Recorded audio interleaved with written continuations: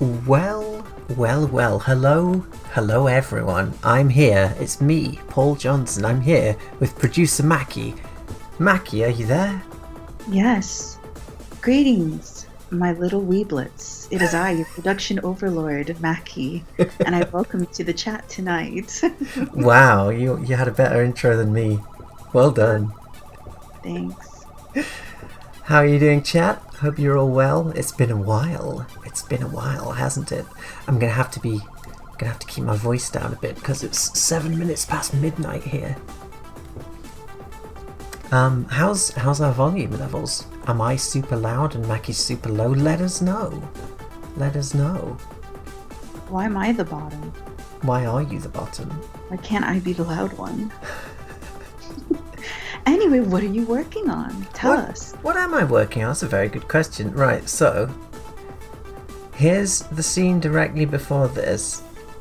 It's a first-person shot of our character approaching this driller thing, and it looks like this. Although it's going to be behind by about 30 seconds for you, isn't it? But you can see it, chat. You can see it in real time. So that's what it looks like. And so I'm working on this next shot now. Tell us, who is this character? It's a girl in space, and she does mining in space, and she's having a really shitty Monday. That's as much as I can say without spoiling it for you. What, does she have a name? It's Ashlyn, isn't it? Yeah. It's Ashlyn. So, Ashlyn's the name we came up with. What's her main job then? She's like a miner on a spaceship.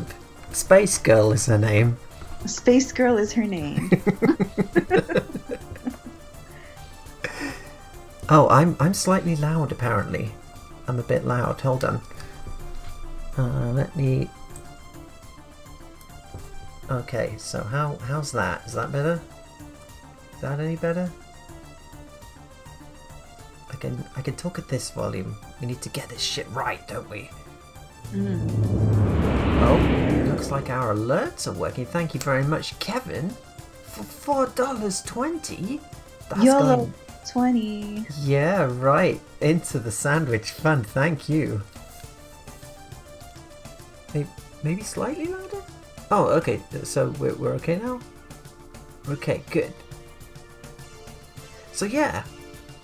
Alright, so we got this shot, and then we got the shot that I'm going to be colouring tonight, which is this shot here, and then the shot directly after this is... Oh, I don't have it open. Never mind. No, actually I do. The one directly after that is this one, which also needs to be coloured. So yeah, you know, stuff to be doing, stuff to be getting on with. So something that I think would be interesting, because even I don't know, a lot of times there are people that might appreciate animation from an outside perspective. Maybe they have some, you know, experience working in programs, but I think some people get like an impression like, oh yeah, you're doing it digitally, you just print out the thing, blah blah blah, but it's not quite that. So how many layers do you have on average for your scenes? On average, a lot less than this one. Here's my layers for this scene. I've got quite a lot, because there's a lot of components that go into this. It's not just, you know, draw the butts and you're done. No, there's... I mean, this one's kind of tricky. This shot is kind of tricky because... Let me just put that back. So normally it's pretty easy. I paint the background, so the background is on one layer. The lines of the character or whatever are on a layer above that, and the colour is underneath. But this one's a bit tricky because she has to go behind this glass here. And there's another, that this door is an animated element which is underneath, but the glass is on top. and there's several like multiplication like effects layers on top of that, so it's I don't know, it's a bit annoying, this one. This particular shot is a bit annoying, but normally it's way easier than this. Normally. I mean, it's worth it. Yeah. Yep. Sorry, just looking at chat here. Chat's nice and slow today, I could actually read it. Yeah, alright, well I will begin.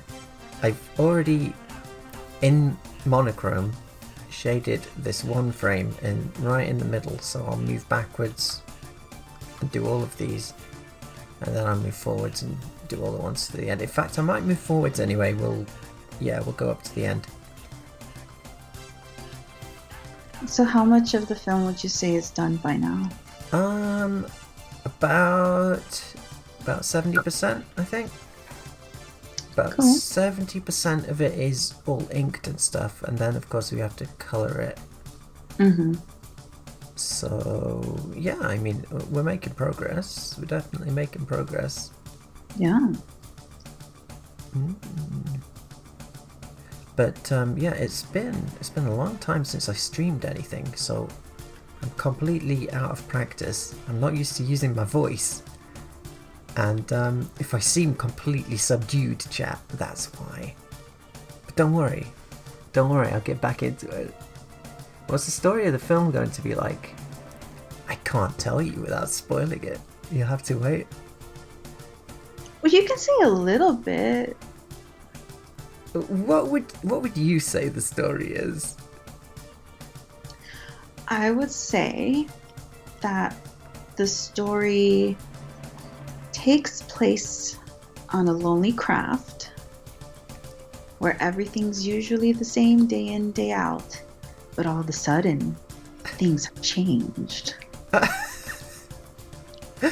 Yes. And this is really hard. You see, it's not easy, is it? It's not easy. And it's very spooky, and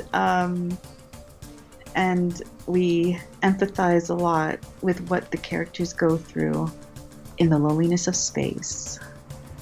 Yes, yeah, I would say that. Something like that. Yeah. It's all about the atmosphere in this one. Yeah. Just plug a bad mobile game and make up a fake code. Raid Shadow I was going to say, we're not sponsored tonight by Raid Shadow Legends. Sponsored by your mom. Oh. She's a nice... A bit harsh. You can use the code OtaKing7 on your mom. Not sure your mom will know what that means, but we'll assume she does. Give her the old 77077. Yeah, she'll instantly say, "Oh, yeah, that's that animator guy on YouTube, isn't it? Yeah, he's good. I watch all his stuff." I want to discipline that man, a mother would say. Ew. I came along. A question from chat: Has any of the voice acting work been done? Yes, all of it. All of it. Yes. All of it. We've got Sarah Sakura as the main character here. We've got Phil Sacramento as the ship computer and additional voices. And because it's such a small cast, that's really all we need. You can find them both on Twitter, by the way, and other projects that they've been involved in. Phil Sacramento has done plenty of voice work for OtaKing's past projects too, so you might recognize them. Yeah. Like, I always work with Phil and stuff. Because he's really good. And he also is a pretty good singer. I haven't heard him sing. Or have I? I thought you did. Did I? I think you did. Oh, was this something he put up on Twitter? No, it was something he put up on the Discord. Speaking of the Discord... Nice segue there. Thanks. For $1, the value of one McChicken, you can join us on the Discord. Yes. And help us stay alive. Because times are a little tough. Yes. I mean, they actually are. As you know, I'm sure, the chat. Wow, my line smoothing is turned off. Anyway, as you know, the chat, we are funded completely through Patreon. And times being what they are right now. Yeah, we don't have no day jobs. This is the day job because it takes, I mean, for him especially, like his schedule is basically 12 hours a day. Yeah. Yeah. And me being like, maybe you should stop. Maybe you should play a game. Maybe you should be a normal human being. But he refuses. No. Well, the work needs doing. It needs doing, and animation's so slow. So I can't afford to just work 7 hours a day or whatever. It would take 10 years for any film to get done at that rate. Well, I mean, apparently that's normal because I linked you personally. There's a copy online of the schedule for the manga artist for One Piece, and his daily schedule's kind of similar. It just seems to be the industry standard of not sleeping. Yeah. But I mean, yeah, I was gonna say that obviously it's been a turbulent couple of years, hasn't it? And we're kind of at the bare minimum that we can be on Patreon wise to survive at the moment. So if anyone wants to join the Patreon, would be a really good time to. Well, I mean, also we update every Tuesday. Lately we've been just updating a string of new shots and scenes from this project. Mm-hmm. And I can show you. Show them. I will. Show them all. Here you go. A look behind the scenes at my desktop. Here's we post this kind of stuff. Here's a scene that we completed last week of cargo bay doors opening and air getting sucked out into space. I'll buy that for $1. Literally for $1 you could see such Speaking things. of which, our recent postcard released on the Patreon is a RoboCop anime theme. It is. It is, and it could be all yours on our now announced Etsy store. I'm sorry, chat. Wait, we do actually have an Etsy store though, it's true. We do. Well, I mean, if you join the Patreon, it is automatically yours. If you want to go to the Etsy store, it's a bit more because we have to compensate, but it can also be yours. Mm-hmm. Yeah. You choose. Patreon is for people who want to ongoing support kind of thing. Whereas if you just go, oh, that's a nice postcard, I just kind of want that, then you can just buy a one-off postcard on Etsy. We'll have to stick the information in the links and whatnot, won't we? Yeah, or you could just go to the Instagram. Same name, OtaKing77077, and there's a link to the Etsy in the bio. Mm-hmm. But that's enough of that. That's enough of that. Mm-hmm. Have to have something to talk about whilst you put lines on a elbow pad, though. Let's talk about the amazing real-life cat show that we've been watching. I don't know if you've heard of this chat, but my housemate made me aware of this and said I should watch this with Mackie. It's a live-action show currently airing in Japan about an old man who adopts a cat. And the conceit of the show is that he's a lonely old man. His wife has died. And, oh, hang on, what's going on here?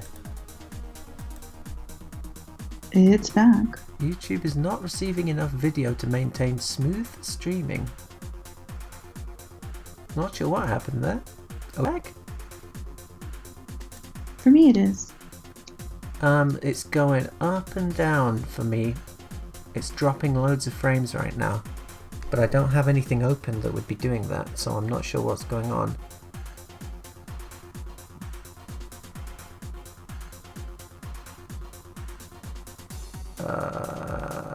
Oh, are we back? We're back in the green now, apparently. Yeah, apparently. How's it looking, chat? Can you see us again? Yeah, it dropped almost 1,000 frames there. But apparently we're back in the green again. Anyway, I was talking about that show we're watching. So he's an old man, his wife has died. But before she died, she said, you should get a cat. So his wife died and now he's gone and got himself a cat. But the cat is a puppet.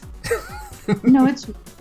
The cat is the cat is portrayed by use of a puppet. And despite that, though, it's incredibly heartwarming and I'm enjoying it a lot. How many episodes are we in? 3? I think we're on episode 3 now, yeah? Because we're trying not to rush it because it's still airing and we don't want to run out of episodes. Torrenting anime? I would never torrent anime. I would never even consider such a thing.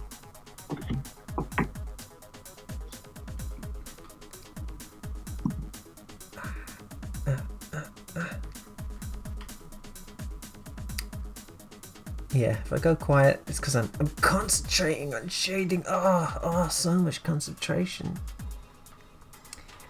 For the people asking, it's called Nekoto Oji-san, or an old man and his cat. The opposite. Oji-san to Neko, actually. Oh. Hold on. Uh-huh. Oh no, you're right. I'm always right. About pretty much everything. So, no, I'm not going to throw math questions anyway. Well, yeah, I can't do any of that. I can't do them either.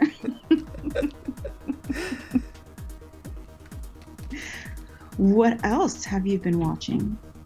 I have, because I've been animating a lot. I needed something on in the background. Anime's no good because obviously you can't read subtitles whilst you're animating. So I needed something in English to just stick on in the background, and I was like, what the hell, let's try Deep Space Nine. So I watched all of Deep Space Nine over the past 2 weeks. And yeah, it's alright actually. It's better than I remember. It's nowhere near as good as Babylon 5, so don't lynch me, Star Trek fans. But yeah, it's much better than I remembered. I like the characters. And final episode, I was like, yeah, I am going to actually miss this show. Which I wouldn't have thought, but yeah, I think I will.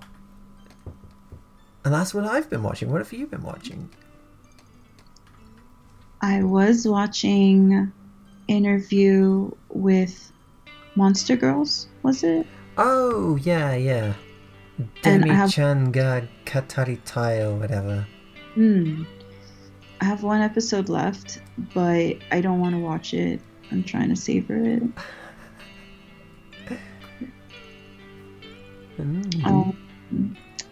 We were watching that... oh my god, it's slipping my mind. We were watching that thing with the end song that's only the bridge.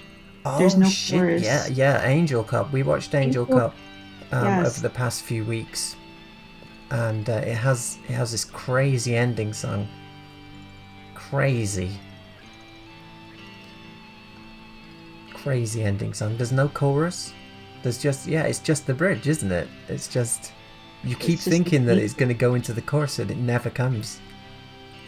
I mean, it's fantastic. It kind of didn't make sense sometimes to my brain, but it's beautiful. The song? No, the series, like the 4 episodes. Yeah, no, I really like it. Yeah, I mean, I think I mostly like it because it looks incredible, though, is the thing. Because, I mean, it does look really good, and it moves really good as well. Neil Gaiman wrote an episode of Babylon 5. I did not know that. Harlan Ellison wrote a bunch of episodes, and he's in a few of the episodes as well. That's Harlan Ellison. I have no mouth and I must scream, Harlan Ellison. But yeah, if you haven't, if anyone in chat, and I mean, I imagine you probably have. If you like my stuff, then you're probably into Babylon 5. But if anyone hasn't watched Babylon 5, I think you owe it to yourselves to give it a try. Watch it for the spoo. For the spoo? Yes, the spoo is fresh. The fresh spoo. I mean, even that's a bit out of my arena of usual things to watch, but even that I enjoy. Nerd shit, that's what Mackie would think. Disgusting weeb shit. Oh, I was trying to be polite. Don't worry. I've got it. Someone's asking, because I recommended you can watch some of these things on Crunchyroll. I watched it for free. It is a subscription service, but they're very generous, and sometimes it depends on which series it is. You can watch it for free, or they'll just fill it with ads, but you can still watch it for free. I watched it for free. I watched it on Crunchyroll and there were no ads or anything. But yeah, me too. Yeah. We're not even being sponsored. Maybe we should get ourselves sponsored. Shadow Legends. No, by Crunchyroll. Oh, yes. That's a little bit more respectable.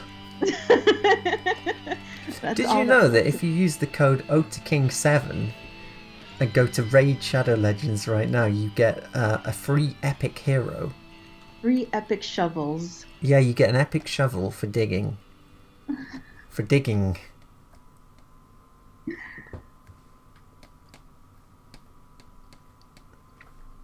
This is very exciting, isn't it? Watching the very slow progress of this arm getting shaded.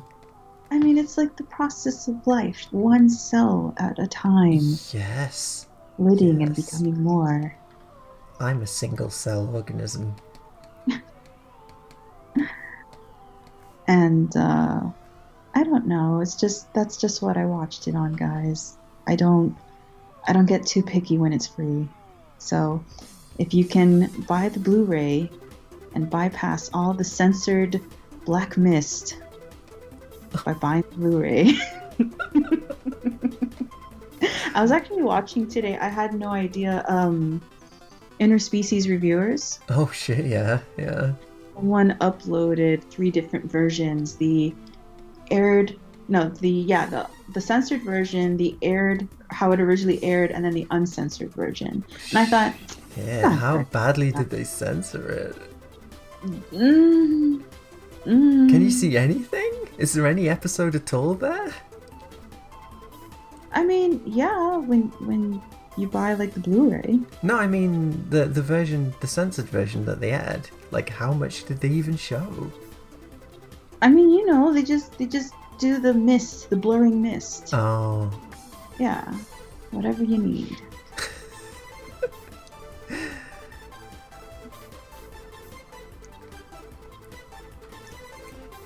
Interspecies reviewers. I think it was the anime of the season, wasn't it? Yes, it was.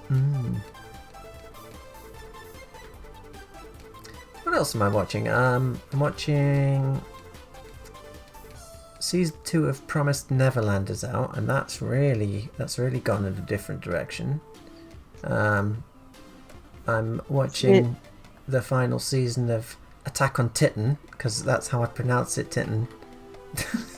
Look, if you've seen if you've seen Zeta Gundam, that's how Titan is pronounced, Titan. That's who they're fighting against in Zeta Gundam, the Titans. The Titans, sorry.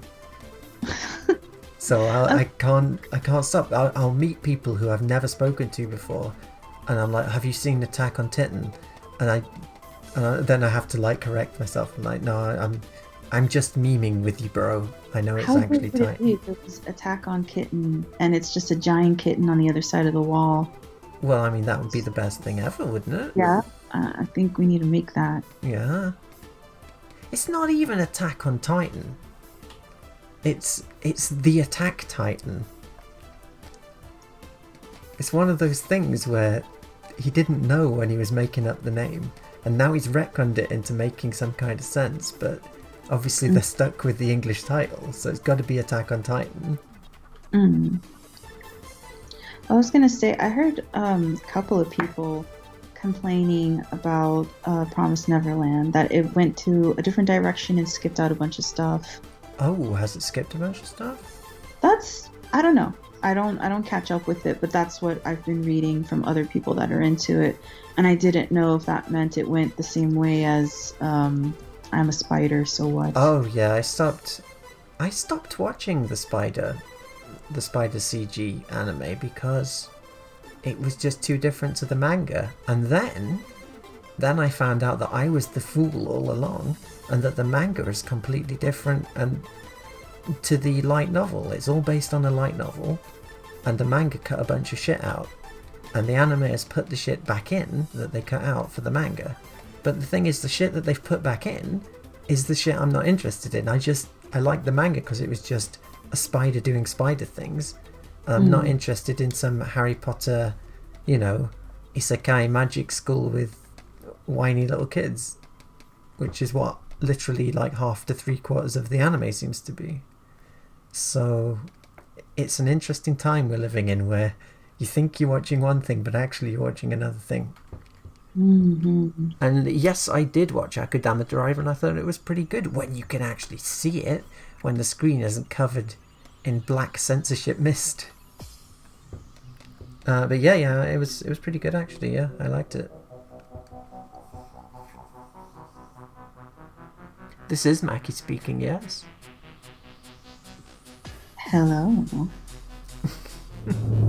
It is I. I'm a ghost. I'm a ghost in your head. Time to drive you crazy.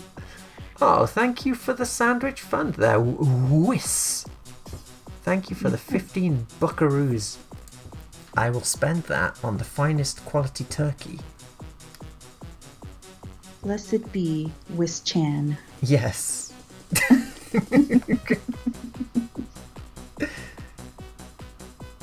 Yeah, thank you. Thank you very much.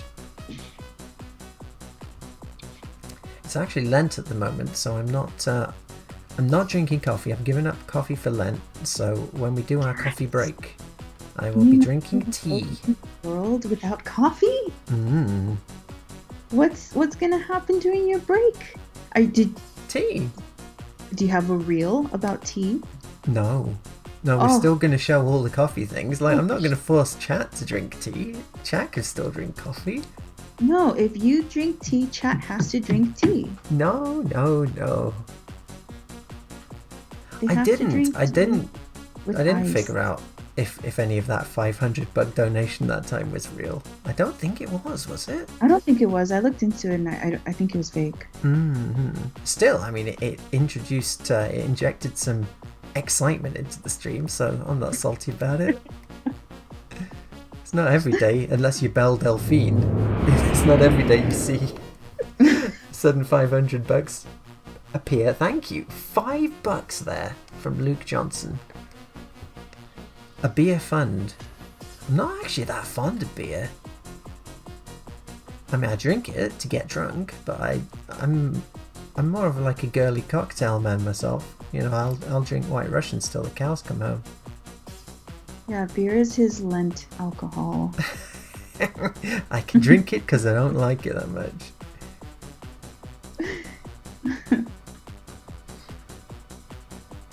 You don't like the hot leaf water or the dirt water.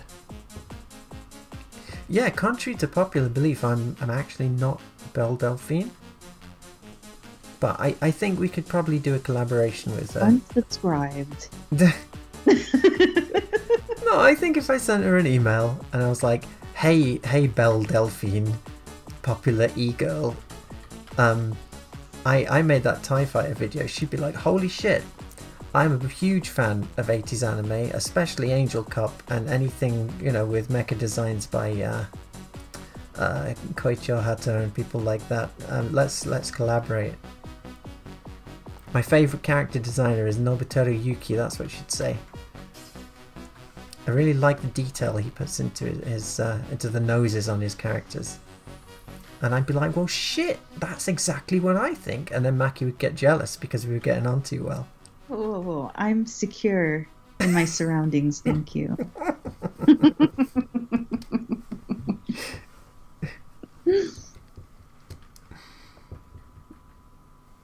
Okay, we're shading hands now. I mean, it's getting very exciting.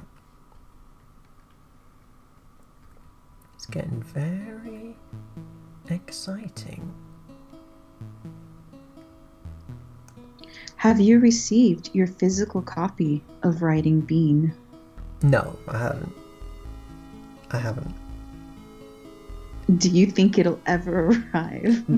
I have no idea. I mean, you know, to their defense, they can blame a lot of this delay stuff on the COVID-19 situation, I'm sure.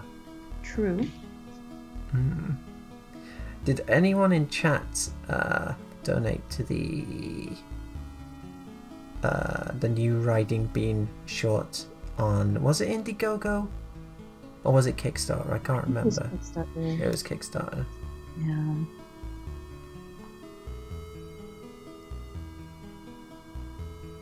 I mean, has anyone in chat watched like the old school Writing Bean? Absolute masterpiece. It's one of those OVAs where I watched it as a teenager and I thought, yeah, this is pretty cool, but you know, compared to Akira and other stuff that I was watching at the time, it just didn't really, to my eyes, it didn't look astounding or anything. And you watch it now and you realise what a fool you were, because it looks ridiculously good. Like, holy shit, it looks ridiculously good, Riding Bean. It looks like the animation is so smooth. It's got probably the best car chases I've ever seen, and everything about it is just fantastic. And yeah, so recently they did a new one, which was what, like 7 minutes long, and not astounding. Not the best thing I've ever seen. It's the original creator that was involved. Yeah, I wonder how involved. I wonder if they just kind of dragged him out of retirement and said, we need your name for recognition. I don't know. I mean, he did do a couple of sketches and... Yeah. I mean, the print art looks pretty good. Mm-hmm. But yeah, so if you're looking for something to watch this weekend, Riding Bean, original Riding Bean OVA. I think you'll be impressed, chat. Why don't you tell chat about other titles made by Mr. Kenichi? Kenichi Sonoda? Well, there's Bubblegum Crisis, one of the best things ever made. There's Gunsmith Cats. That's my personal favorite. I love Gunsmith Cats, but mainly the manga though. Like, normally I'm an anime guy, but with Gunsmith Cats I prefer the manga. The anime's good, but it's just like only a tiny... It's really small compared to the manga. Yeah. But no, I like everything he's done. He did Canon God Exaction as well, didn't he? Which I never finished reading all of, because I caught up with how much was translated. And maybe I should go back and see if that's all up now. And then I think he retired to run his family sweet shop or something, like traditional sweet shop that his family ran. And there was no one to inherit it, so he just kind of quit the business, from what I heard, and went to run this sweet shop. But I don't know how true that is. It's bullshit, but I believe it.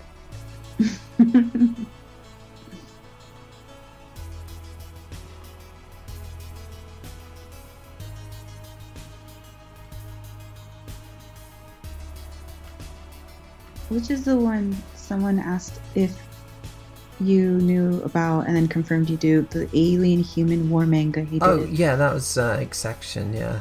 Oh, okay. Yeah.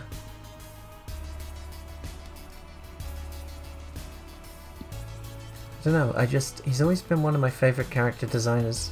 I really like the way he draws characters.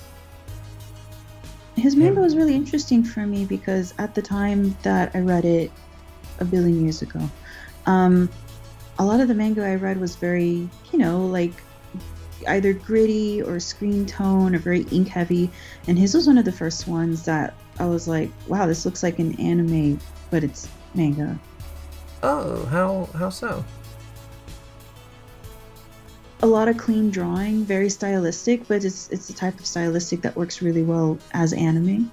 Mm-hmm. Because you can look at other stuff like Ranma, and it's very stylistic and it's well drawn, but the anime shifted to have its own like super stylized form. Mm-hmm. So I was like, huh, I don't know. It seems super basic now, but at the time I was like, oh, a BLT, thank you. Thank you, Aerith Saga. Make there him he is. that. Yeah, That thank you is very up. much. And there's the alert. What you don't know about streaming is that every time I stream, I'm like, are the alerts working? Are the alerts working? If the alerts aren't working, I'm going to look like a total amateur. I hope the alerts are working. I've got no way to test it, but I hope they're working. And I'm like silently shitting myself, hoping the alerts are working. So every time you see an alert, it's a victory. Also, we need to turn this green window off because I can't shade behind it otherwise. There we go. It's going to look weird with it off though. Look, she's going in front of it now, when actually she's going behind it. But she's in front of it, but she's behind it, but she's in front of it. Magic. If anyone just joins the stream, they'll think I've made a terrible error. They'll think I've drawn her in front when she should be behind. By the way, yes, TVPaint is a one-time purchase, at least if you buy like the professional versions. I'm not sure how it works with the student version, but that's what I've seen. I don't think it's a... Oh, thank you, Kevin, for the evil devil egg sandwich number. Have I ever watched Golgo 13? Not the TV series.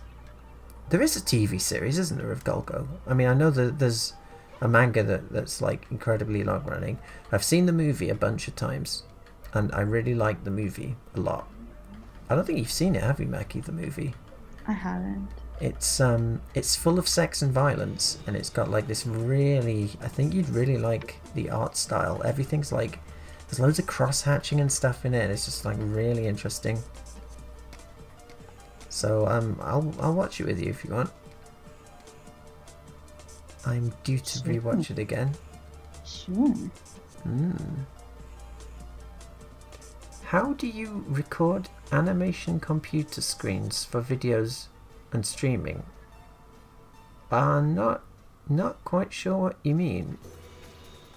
Not quite sure what you mean by that. Maybe they mean like how you're doing your setup now, using OBS or something? Oh, yeah, I'm just using OBS. It's just, you hit stream and it streams it to YouTube. An overlay, and then under it is just, you're seeing his desktop. Yeah. So it's kind of fun, like, obviously the overlays and stuff give your stream a lot of personal flavor to differentiate it from other people's streams. So when I first started streaming, and I mean I don't stream that much, but when I first started doing it, I just spent a long time thinking of all the different visual elements that I could put on there and animate, and it was a real mess. I just filled the screen with crap, and Mackie came along and kind of cleaned it up a bit for me.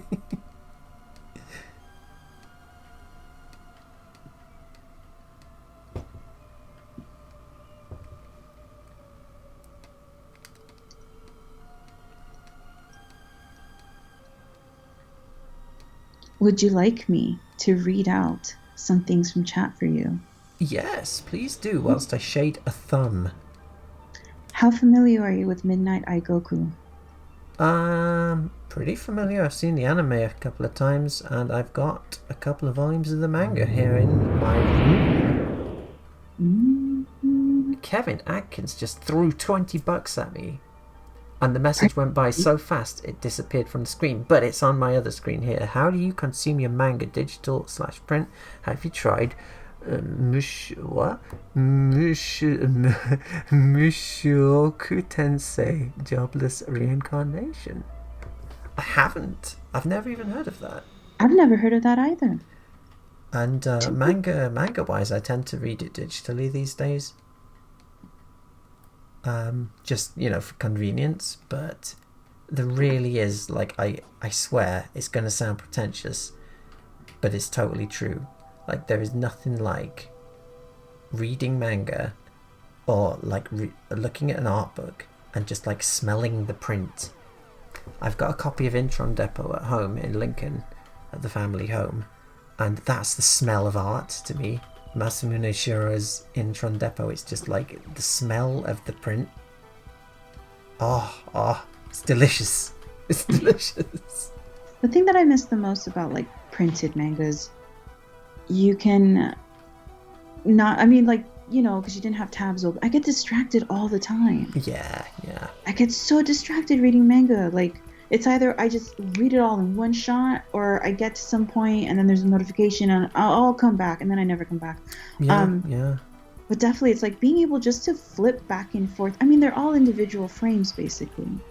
Mm-hmm. And just to, I mean, a good drawing is a good drawing, but also like the flow matters so much. So to be able to see that and think about how that works forwards and backwards, because I mean, some of my volumes were printed the Western way, some of my volumes were printed the Japanese way. Mm-hmm. But I definitely felt like I learned a lot more as an artist, like with actual print versus looking at it online. Yeah. Mm. Do they have the CFO in England? What's the CFO? Not sure.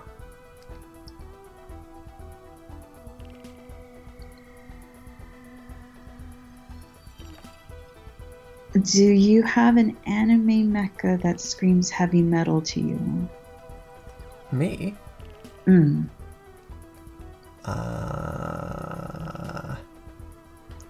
Like mecha that'd be nowhere out of place in a heavy metal album cover.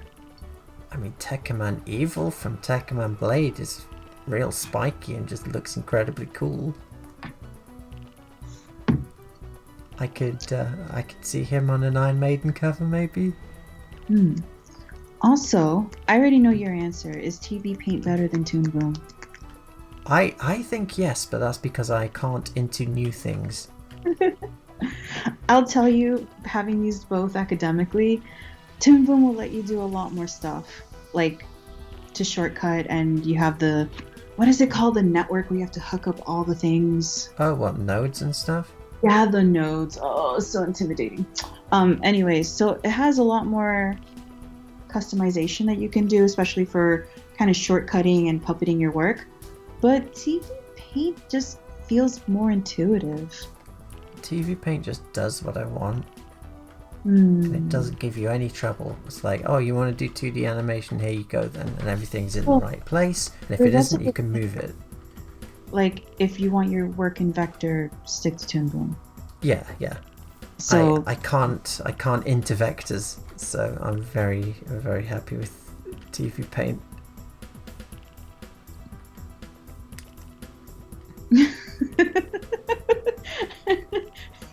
I don't suppose you watched the royal fiasco that was the Oprah interview. No, here's my secret to living a stress-free life, chat. I don't look at any news, and I limit my social media intake as much as I humanly can. What's been going on? What have I missed? No, the usual drama stuff, and I don't know. I can't even tell what's satire anymore. I've seen so many headlines. I can't tell if I've been onioned or not. Well, we live in a time, don't we, where you literally can't tell anymore. I've seen headlines that look like they should be in the Onion and they're not. Yeah. It's Huffington Post or whatever.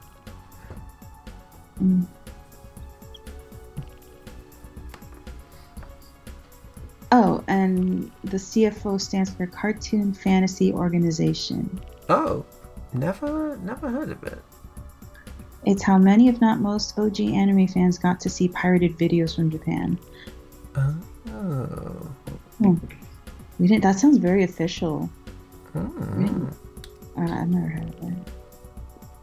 Also, a great hack is that you can sell your microwave to buy some Coke. Apparently. You see? This is why we should stream more often, for tips like these. Thanks, chat. That's gonna make for a good Friday evening.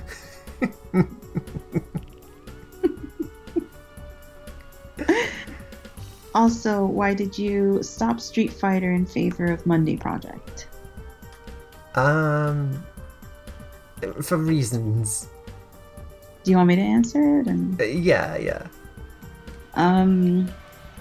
So that's kind of how I showed up. He was working on the Street Fighter project, and there were some areas that I just, because we're both artists and we've looked at each other's work for a pretty good while on DeviantArt, and I mean, it was okay to critique people's work back then. I don't know about now.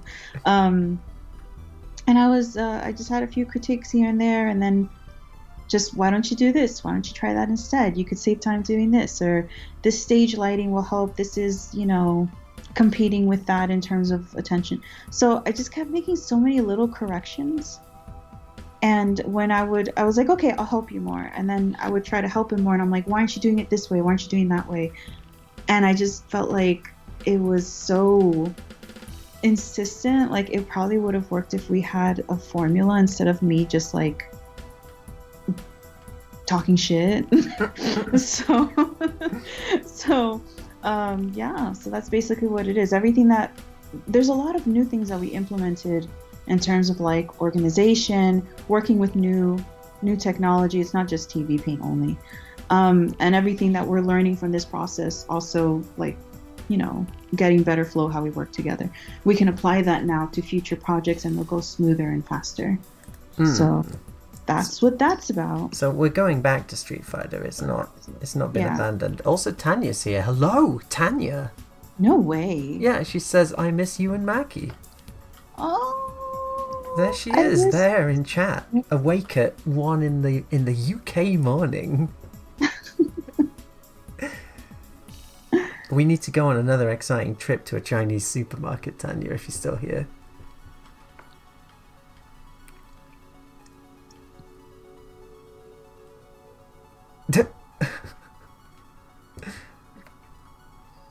Oh shit, a hacker named 4chan. Who? Where? In the chat. Where? I don't know, somewhere. There. Oh yeah, there we go. I see the hacker 4chan is in the chat. You have to be very careful. They're dangerous, those 4chan people. They're domestic terrorists and all kinds of stuff, apparently.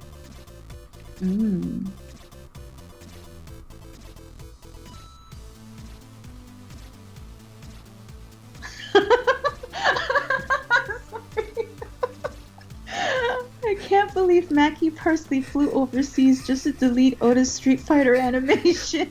I know, but it had to be done.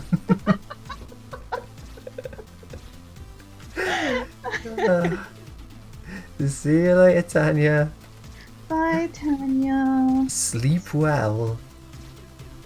Holy shit, we need this lockdown to be over so we can actually go out to corporation and shit again. Oh my god, tell me about it. It's getting a bit ridiculous now. Even me, the most antisocial person ever to have lived, actually wants to leave the house at this point.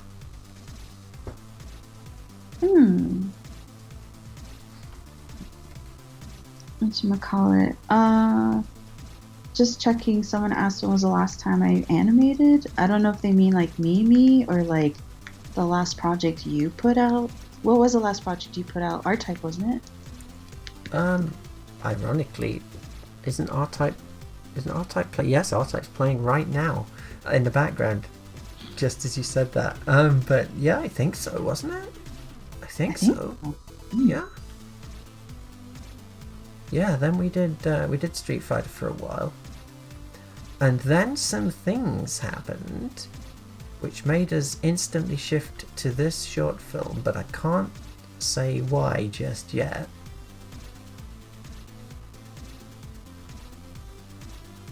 And yeah, so then we just kind of worked on this. and implemented a bunch of streamlined production stuff. Have you watched UFC? No, but I did watch that Korean God of High School. I don't know if that counts. I'm trying to remember. There were these clips I was watching of this Brazilian fighter that was doing Street Fighter moves basically on everyone in the cage. And it was freaking everyone the fuck out. What was he doing? I sent it to you. It's this guy. He did like a backwards somersault and stomp, and almost like stomp someone's face out. And then he does these flying Supermans. I mean, he's insane. He's awesome. He's, you know, maybe not the best fighting record, but he can put on a show. Mm-hmm. It's the last I've seen.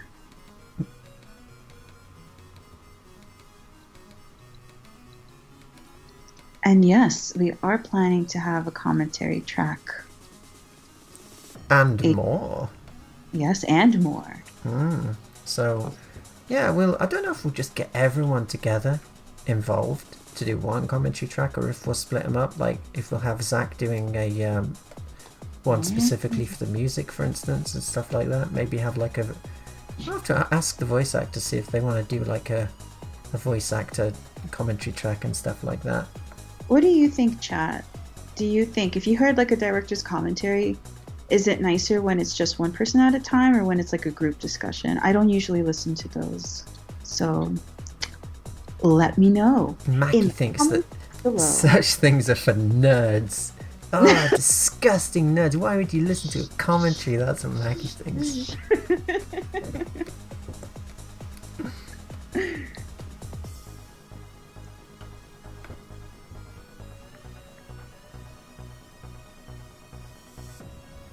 Oh, quite a couple of votes for group. I will consider that. Just for you. Interesting.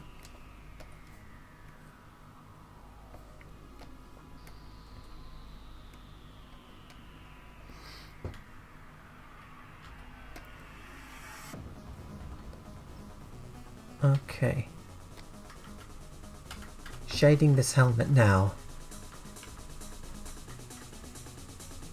Just need to make sure that I keep it nice and round. It looks like a Teletubby from here. Good to know. Excellent. Oh, how long have we been going? We should probably do a coffee break, shouldn't we? We're almost at an hour. Perhaps.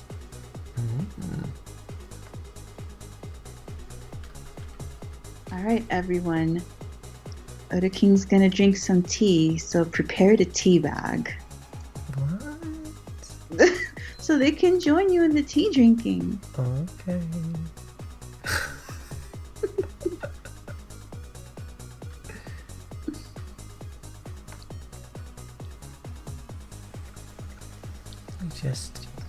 Just work on this curve a little bit, and then we will do the coffee break. We'll do it.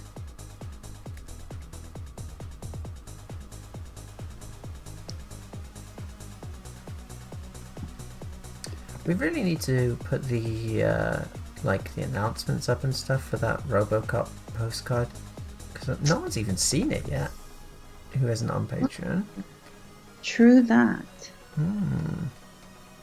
Have they arrived yet? They've dispatched them to you, haven't they? The printers. Yeah, they arrive on Wednesday. Excellent.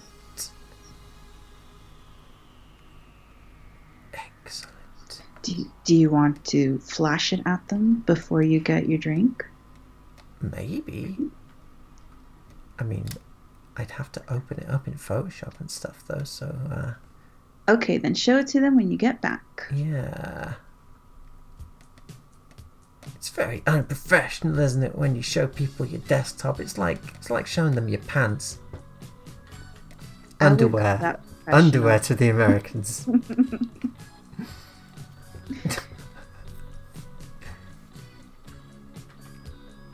Alright, I'm gonna go get a cup of tea. A PG tips, but you can get whatever you like, chat. Just the tip. That's the tip. All right. Are you staying here, Mackie? Are you gonna get a beverage? What are you up to? I too will get some liquids. Oh, okay.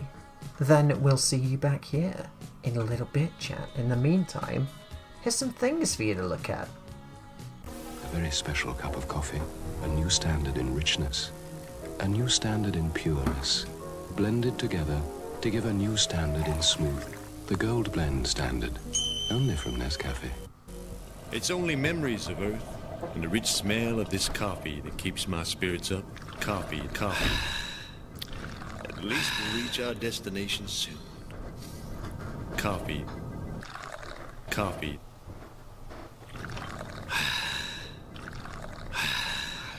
You make a fine cup of coffee. You've made my day. You taking your coffee break now, Alan? Yeah, that's right. You want some? Coffee.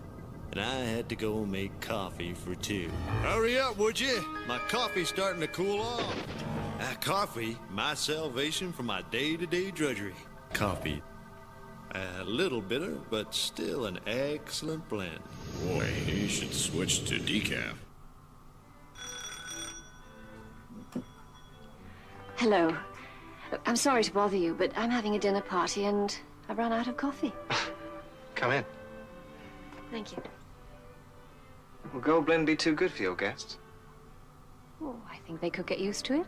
It's a very sophisticated coffee. They have very sophisticated taste. Do they? Yes. Well, I must be getting back. Now, golden roasted, richer, smoother, Nescafe Gold Blend. Have you met your new neighbor yet? Oh, I've popped in for coffee. Come on, Dad. You're playing Vicky, not Andre Agassi. Don't be so sure. Agassi. Hi, call me Andre. Nescafe, Andre? You bet. Nescafe sure is coffee at its best. That's the best thing served to me all week. Who's up for doubles?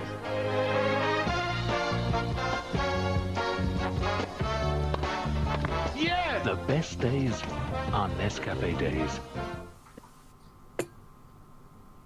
今結構忙しいんだろ？そういえば例の歌の歌詞はで私はあなたが好き。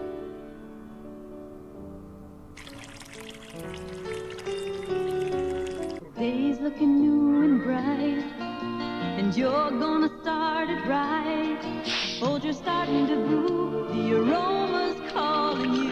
The best part of waking up is Folgers in your cup. Mornings are brighter with mountain-grown Folgers because mountain-grown coffee has more enticing aroma than any other kind. The best part of waking up is Folgers in your cup. Please enjoy this footage of velvety smooth beans, followed by a well-shot close-up of a hot brown liquid that's brewed by mixing heated water. All over the world, the word for great coffee flavor is Nescafe. We're the world's favorite brand of instant coffees. In America, Nescafe's great flavor comes two ways. We're the world's best-selling too. Nescafe Regular in the red label. If Nescafe can please the whole wide world. And now Nescafe Decaffeinated in the green label. We can sure please you. Same kind of flavor. Nescafe Regular, Nescafe Decaffeinated. What's your pleasure? お嬢さん方を応接室に。はい。美味しいコーヒーを入れましょうかね。美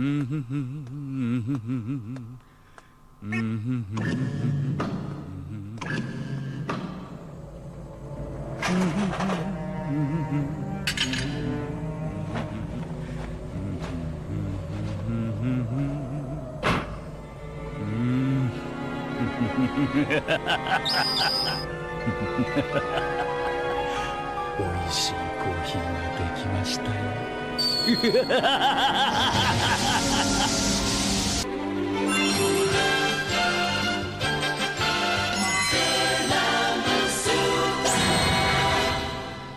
I only showed you that to remind you you desperately need your fix.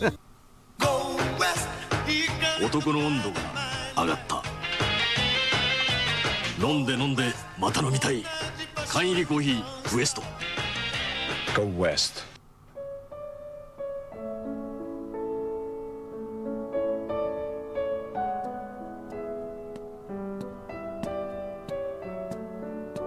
お待たせしました。エスプレッソになります。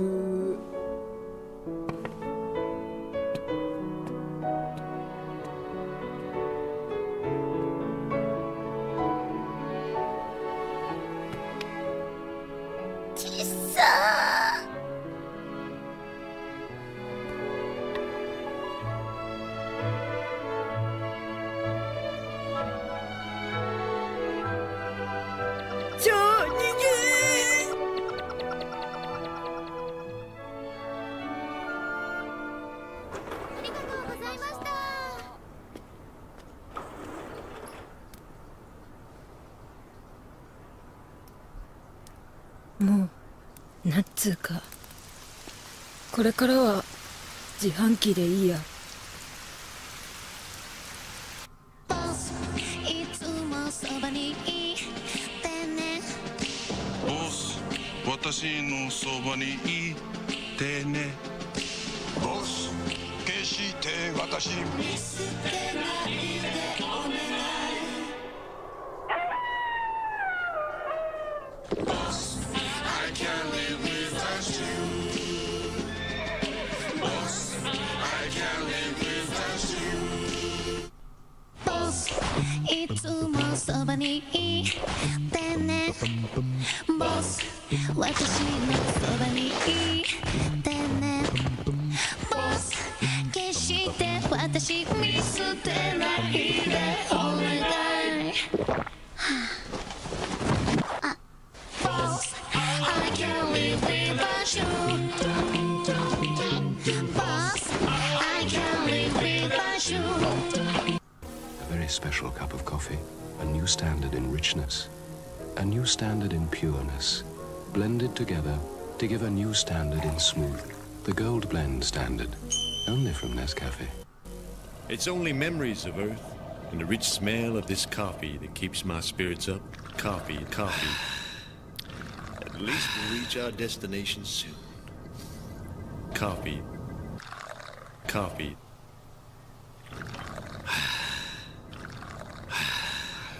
You make a fine cup of coffee. You've made my day. You taking your coffee break now, Alan?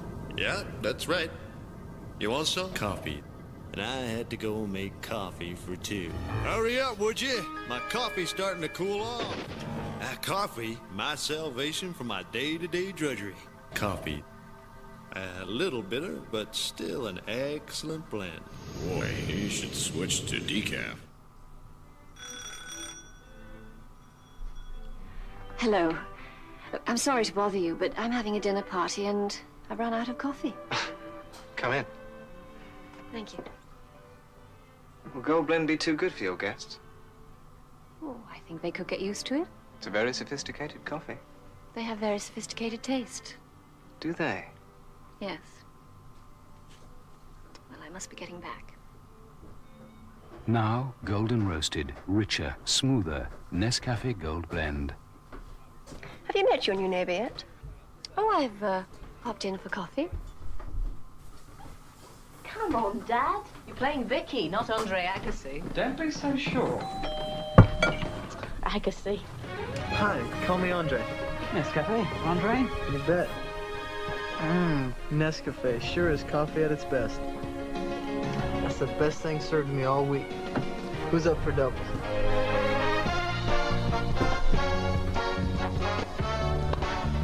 Yeah! The best days are Nescafe days.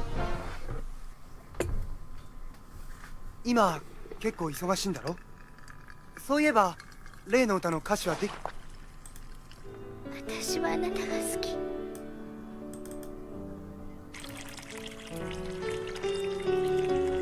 Days looking new and bright, and you're gonna start it right. Hold, you're starting to brew, the aroma's calling you.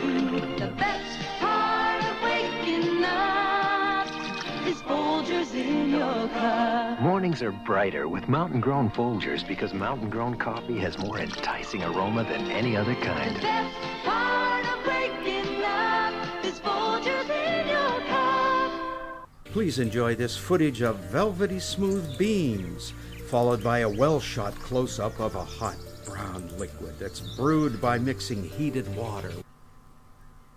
All over the world, the word for great coffee flavor is Nescafe. We're the world's favorite brand of instant coffees. In America, Nescafe's great flavor comes two ways. We're the world's best-selling too. Nescafe Regular in the red label. If Nescafe can please the whole wide world. And now Nescafe Decaffeinated in the green label. We can sure please you. I'm back. Look, here's a Robocop postcard that we recently did.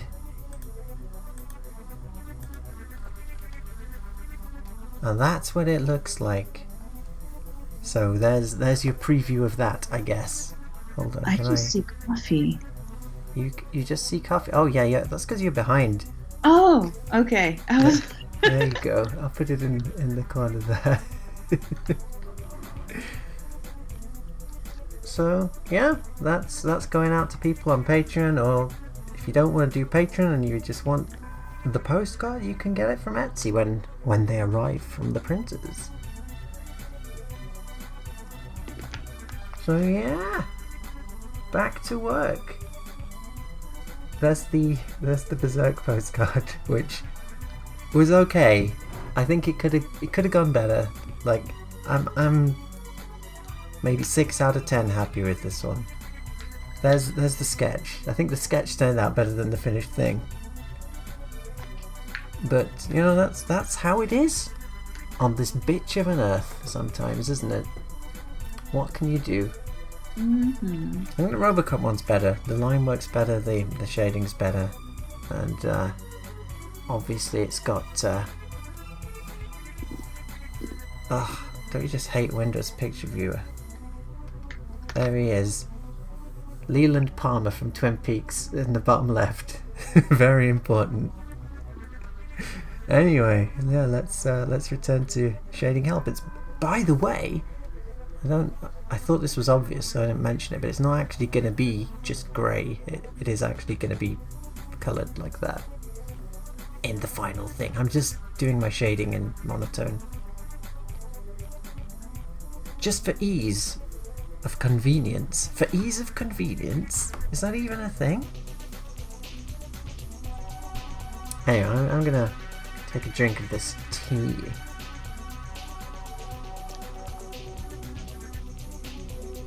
Do you have a full-fledged movie video that one can buy? Do I? No. No. We have been planning for a long time because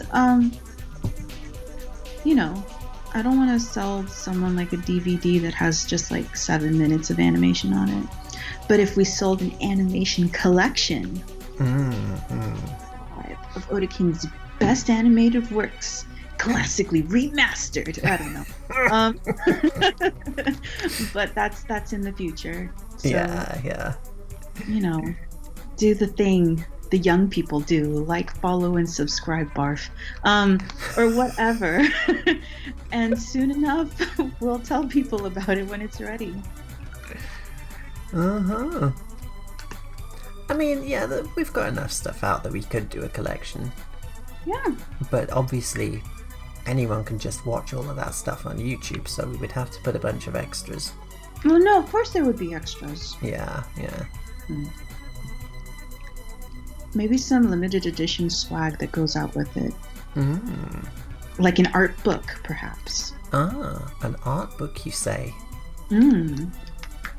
We've been talking about this for this Monday project. We're definitely doing an art book.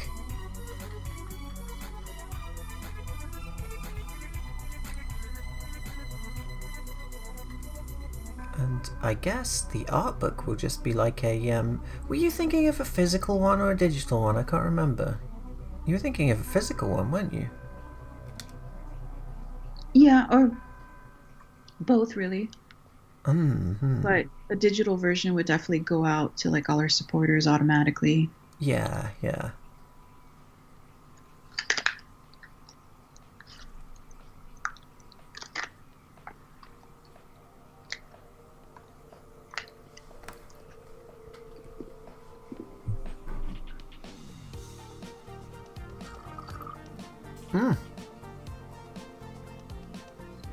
It's funny mentioning that RoboCop was based on Judge Dredd, because in the Judge Dredd movie was based on, what was that Indonesian film? Was it like The Room?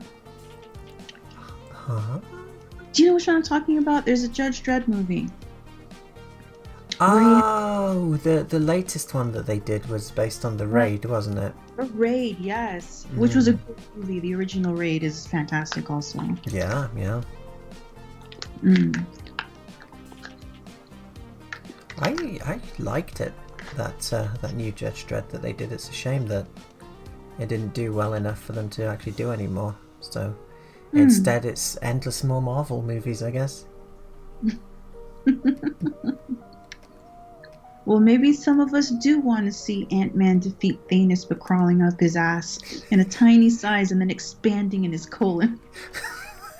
Maybe some of us want that, okay? Maybe you do. That's a good movie to me. Have you seen adverts for Coming to America 2? I'm trying not to. Yeah. I don't even want to know. Well, good luck with that, Aerith Saga.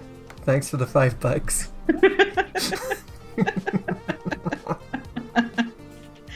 We'll be thinking fondly of you. We'll be wishing you luck on your quest. I mean, okay, not trying to be blunt, but I think we're all adults, and I relate a lot because my cats poop everywhere.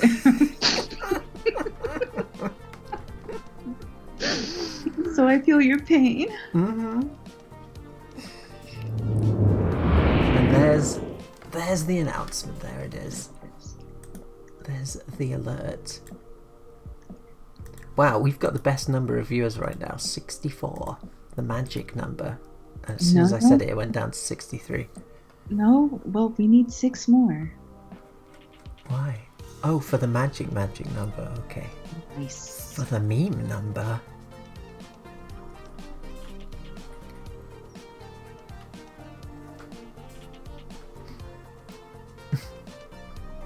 Okay, so it's just gonna be. I could probably. No. We'll just do it. Oof. A Netflix Judge Dredd series. Are they doing that?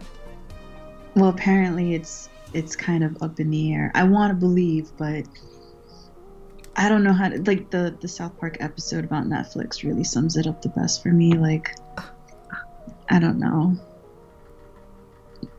How was the episode? Say what? How was the episode? What happened in it? No, it just makes fun of like everything they greenlight. They do greenlight a bunch of shit, don't they? Indeed. Some good stuff. Some good stuff. But also stuff like Death Note live action Western adaptation and shit like that. Oh, I do feel the pain. They canceled Dark Crystal. I was actually I was pissed about that. I actually liked that. I took a chance. I was like, I'm gonna watch these stupid puppets. Oh yeah. I convinced you. Watch these puppets with me. And I ended up really liking it. But it wasn't, from what I've heard, it wasn't cancelled because it did poorly. It was because, yeah, the virus, the plague shut everything down.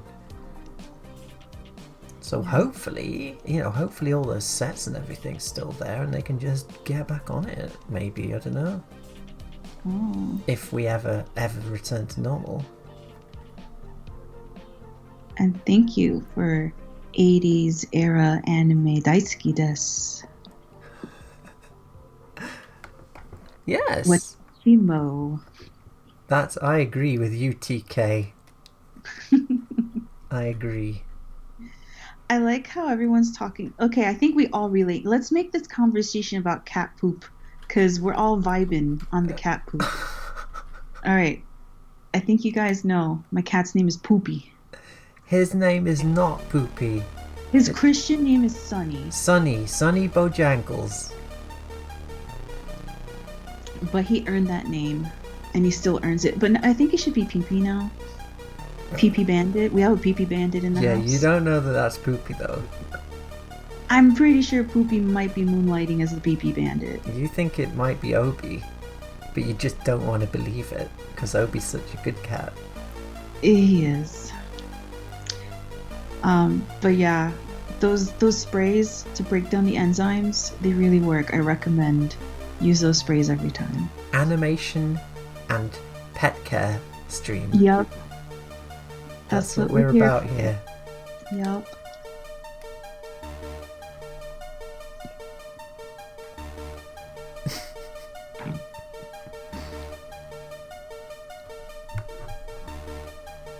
They just called him Poopy for his whole life.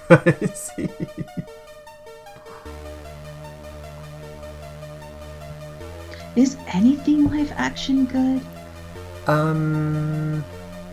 I think the first live action Mortal Kombat movie was way better than it should have been. Crying Freeman? They did a live action Crying Freeman in the 90s, which was pretty good, actually.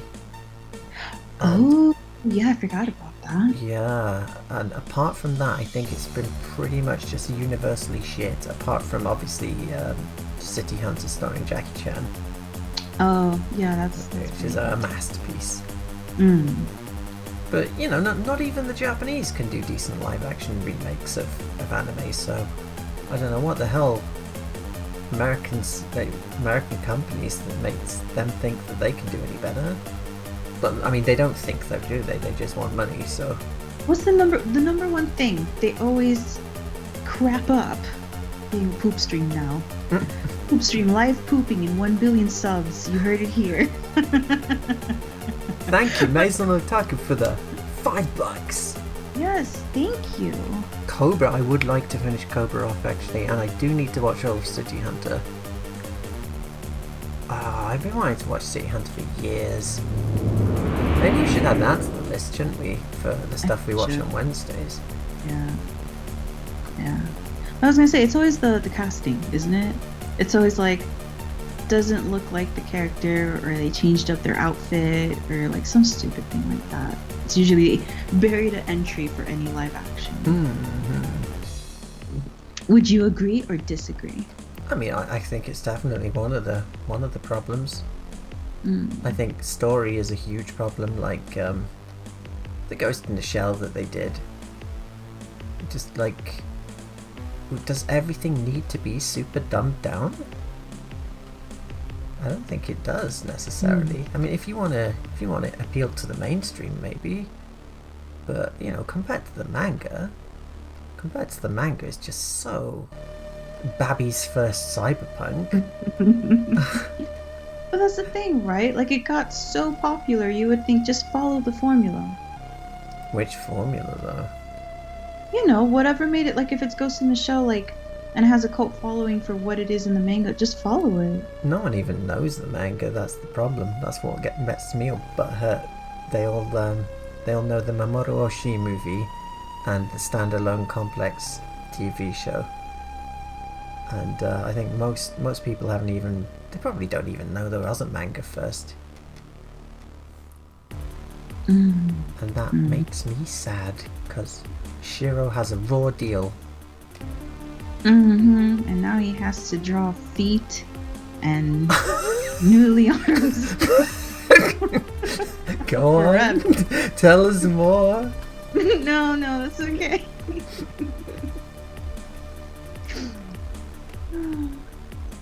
I think Shiro just got fed up with it. He got fed up with people not recognizing the fact that he made all these famous things, and so he just retired to do his weird fetishy shit.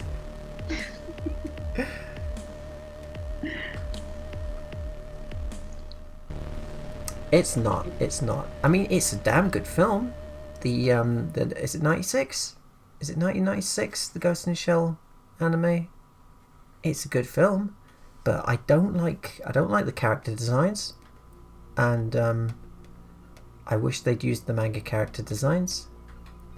And the closest we'll ever get to a manga accurate Ghost in the Shell is that PlayStation game. The cutscenes in that are just ridiculous. Just some of the best animation I've ever seen. And sadly, like a lot of stuff for the PlayStation and Saturn, it was animated on cells, so somewhere it exists at full super beautiful resolution, but it was kind of crushed down to fit on a CD. So even like the nicest quality one that's up on YouTube at the moment it's still kind of blurry. And it looks so good. I really want to see it at like its proper resolution.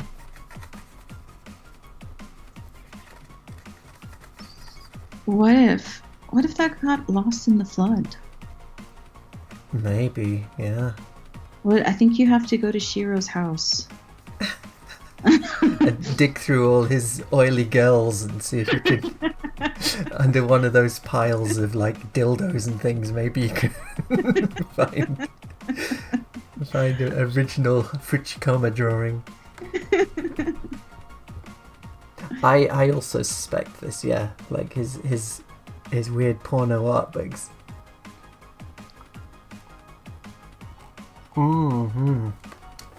Battle Angel Alita is a really good manga. I read all of it.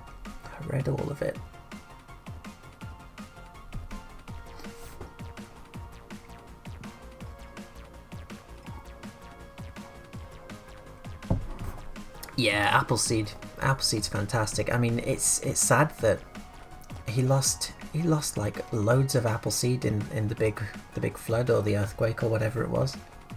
And so he just stopped, and it'll never ever be finished. But I mean, luckily, each volume of Appleseed is pretty self-contained. So we've already got like a load of really good Appleseed, I guess.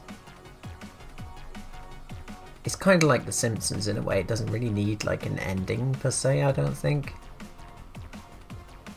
because it's really just slice of life of these people living in the future or whatever.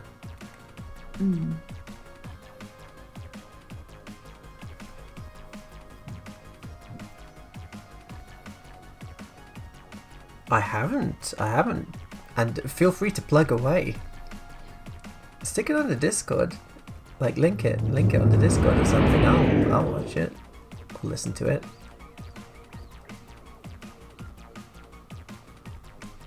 Do you think that any elements in Ghost of the Shell were inspired by Daleks? Who? What? There's a comment asking if you think that the Tachikoma things in Ghost in the Shell were inspired by Daleks. No, I mean, they're just like robot spiders, aren't they? Because Shiro likes spiders. He just likes spiders. And octopuses, squids. Yeah. Do you think Shiro really likes Splatoon? He just sits playing Splatoon at home all day.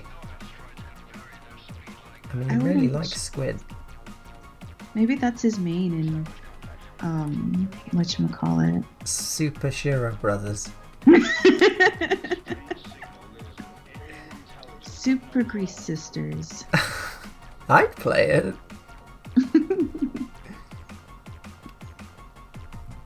I'll tell you a true slice of life story here, chat. Sometimes I just randomly link pages from Shiro's filthy art books to Maki, and I'm sure she appreciates it every time. Every time. I'm like, cry hey, every time. Look at this page, and I just link it to her. Yeah, but we always end up like dissecting the anatomy a bit and wondering, why the digital feet. He's a mystery. Some questions I guess weren't meant to be answered or even asked. Like, there are some weird decisions that I just can't even begin to fathom with Shiro's recent stuff. I don't know why you would draw 90% of a human body and then go, you know what this needs? CG feet. And you just, like, 3D model the feet. Like, does that make any sense to you, chat? It makes no sense to me. And someone's probably thinking Rob Liefeld here or something, aren't they? Like, he probably can't draw feet. No, he can. Like, the guy was a master of anatomy. I think it's because he's so good that his assistants can't follow the style guide. Oh. And he got frustrated and was like, no, I'll make the feet. Just paste on the feet. Stop fucking up my work. That's what I would do. Yeah, I grew up watching Starfleet. X-Bomber, yeah. I watched the Brian May cover the other day on YouTube. Yeah, Starfleet was good. It has that's one of my favourite voice actors in, actually.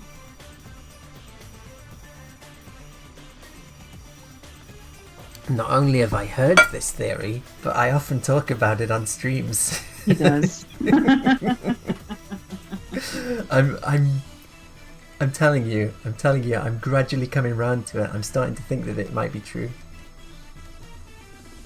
Because there are such subtle differences when you look at his art now. I'm like, I don't know if Shiro drew this. Someone wants you to think that Shiro drew this, but I don't know. Shiro, if you're out there, come on the stream and tell us the truth. Blink once for help. Yes, if they're holding you captive and forcing you to put out these weird noodly girl books. Not that I'm saying they're bad. But we like when you draw other stuff too. Yeah, it would be nice to get some, a little bit more Dominion maybe, a bit more Tank Police.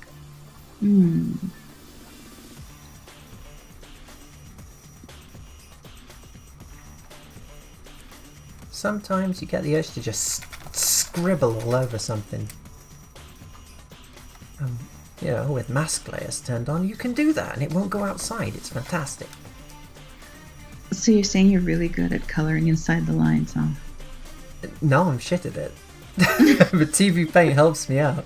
TVPaint helps a brother out when it comes to that kind of thing.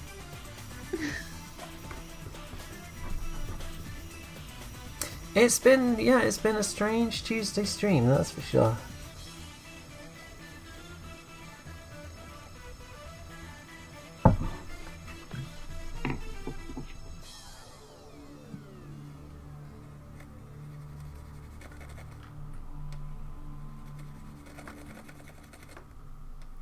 Mackie, if you're drawing yes, a human figure, like a full figure, yes, I just want to see if you're of the same mind as I am on this one.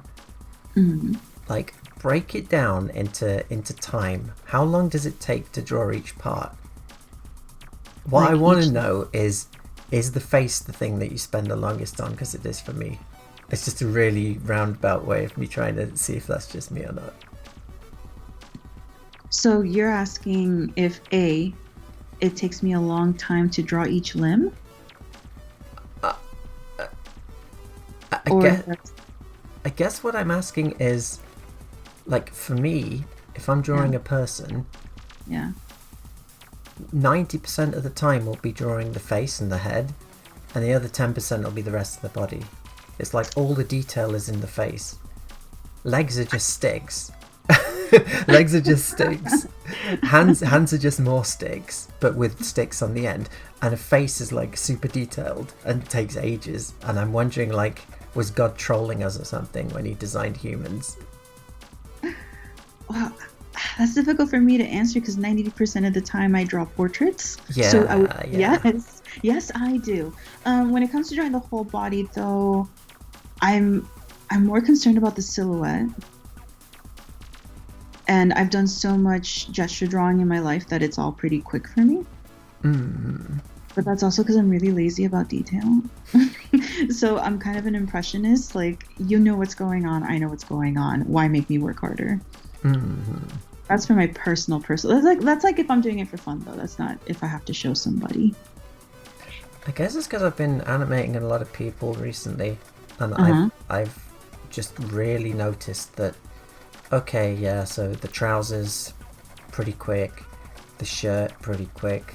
Face. This is going to take me 3 days, kind of thing. Just drawing one face, or you mean animating a face? Animating everything, yeah. Well, animating's different. Animating's different. Yeah, I could see that. I mean, yeah, hands piss me off as well. Maison Otaku. They used to be a real problem, but then I was like, hold on, I've got hands on the end of my arms, so I'll just hold up one of my hands and just draw it. So if you ask me to draw a hand straight off, like, I probably can't do it, but I don't really have too much of a trouble with them because I just draw my own.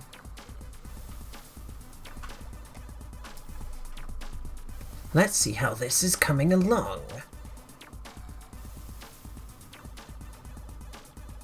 Seems to be working. You wouldn't think that.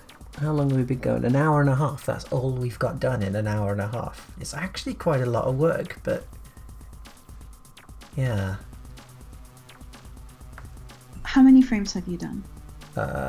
Starting on 44, ending on 108. Can you do the maths for that? Well, I mean, basically what I'm trying to say is you've worked on 50 drawings little by little overnight, so it's not just nothing.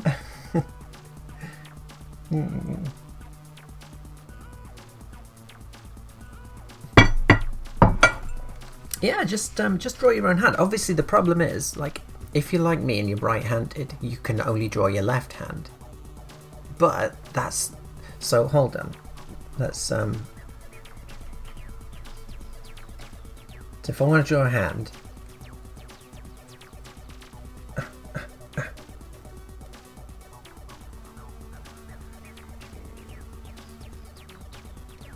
I'm not used to drawing in TVPaint, that's why it looks like shit. I draw in Photoshop usually, I just animate in TVPaint.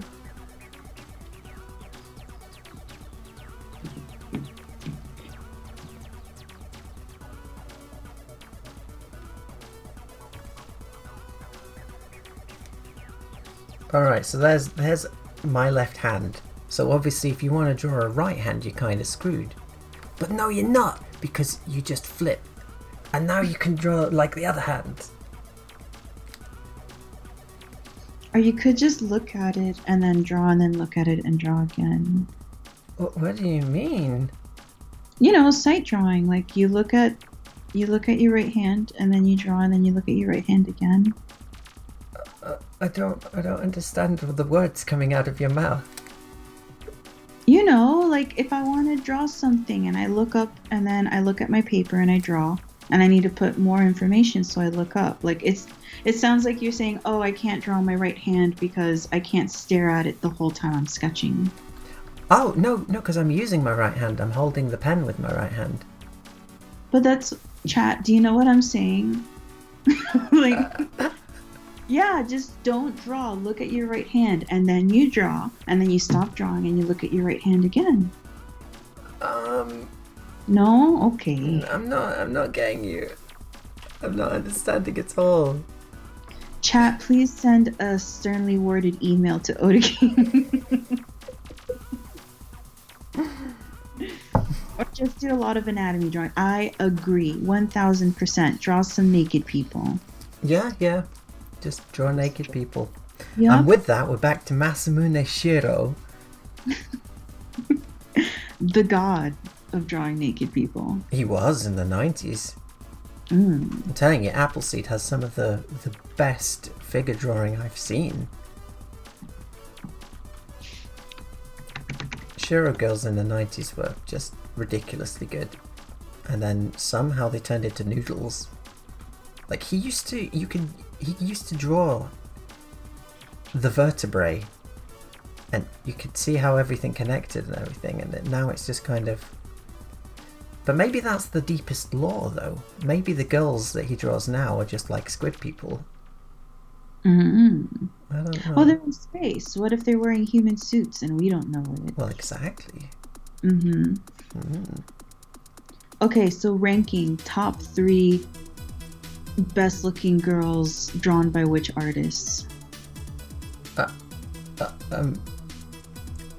What, as in characters or just artists that draw really good girls? Artists that draw really good girls. Well, I'm not sure I feel comfortable answering because we live in a society where, as a dude, I think I might get in trouble on Twitter. People will be like, "Look at this straight white male ranking the best-looking girls when he's not even a girl and like doesn't." You know what I mean? Yes, I know. I don't know. For me, I forget because I'm like, yeah, because we're talking about style. Like, well, exactly. Like, I could tell you what I like, but I'm sure I'd get some shit for that as well. Okay. Like, you know that someone's going to look at Appleseed and go, "This isn't fucking realistic. Look at this guy putting his patriarchal beauty standards onto whatever." When, like, maybe it's not realistic, but it's really well drawn. I mean, I don't know. That's some of my biggest influences. Are those artists that do a good job at drawing, good-looking girls. That's what I learned from. I mean, that's what there was, so, whatever. I didn't have that much choice, but it happened to be... I mean, isn't that funny, though? Like, there wasn't that much choice back in the day, but everything that came out, because it was the curated, just the creme de la creme, it was all the good shit. Yeah. I mean, it's like I was talking with Riding Bean earlier. It didn't look that good to me at the time because only Acura quality super high budget movies were being released, so yeah, that's all the stuff we saw in the UK, like really high budget anime movies. Fist of the North Star and Acura and Venus Wars and stuff. They were like the first wave of stuff that came out on video over here. Yeah, I remember there was some point, I think it was like 2004-ish, 2003-ish, when Barnes and Nobles and Borders used to exist, and like all the manga being released. It's not all of it, but most of it was Tokyo Pop, I think. It was like Tokyo Pop and Viz. And yeah, all good stuff. And I just graduated high school and stuff, and I thought, excellent, I'm an adult now. I can buy any manga I want with my money, blah, blah, blah. And I went to the bookstore and it was all shit. And I didn't understand what was going on. But, I mean, that's just the power of more choice. Yeah. With more choice comes a whole lot of shit. More responsibility. Yeah. With great responsibility comes a whole lot of shit. Grace O is asking, can you show your process for Cinema 4D modeling? I mean, I can do. I'm not very good. I'm not a very good 3D modeler, so I only kind of know the basics. And then I just kind of draw over the top. Don't you have some tutorials on your channel where you go over it like very briefly, like you show yourself doing it? Only very briefly. It was just kind of like, and so I made a really basic model, and you see me like for 2 seconds make a basic model.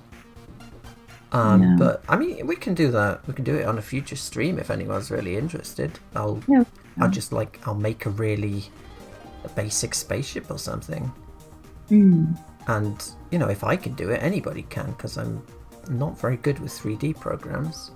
I mean, the funny thing about 3D modeling, because I really sucked at it, but once you slap those textures and the bitmap, like, you're golden. Yeah, that's the thing. I can't do any of that because I just need the lines, so none of my stuff is textured. Because I'm going to color it later. If you count, your digital painting as the texture. Oh, right, yeah. I'm really pleased to see that, and I never thought that this would become like a conscious choice because it was just the way things were back then, but I'm really pleased to see that the PlayStation 1 era of 3D modeling is kind of, that aesthetic is making a bit of a comeback. I keep seeing it on Twitter, people doing stuff in PlayStation 1 style, and I don't know, it's really charming.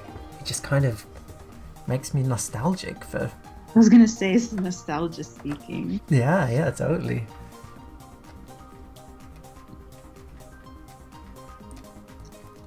someone on YouTube, there's a video where someone redid the opening of Death Stranding if it came out on the PlayStation 1. And I mean, it's legit. It's totally legit.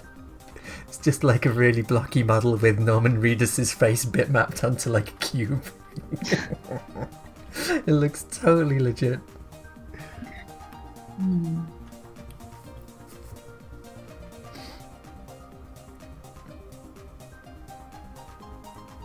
Yeah. Just stretch those faces over polygons.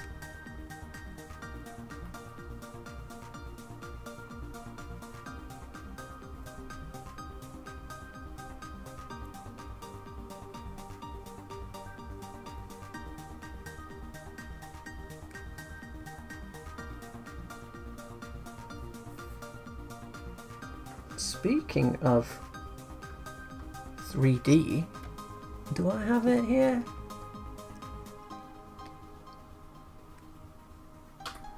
Yeah, this is the one that I put up with the Twitter announcement that I was going to be streaming.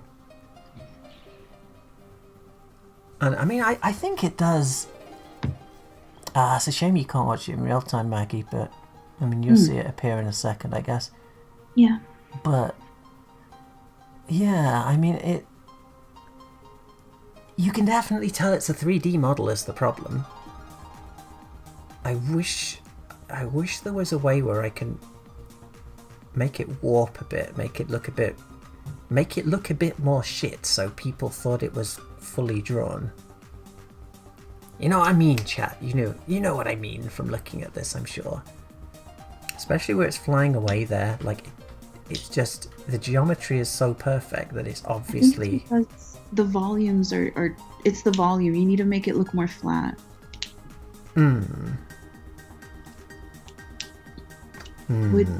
Yes.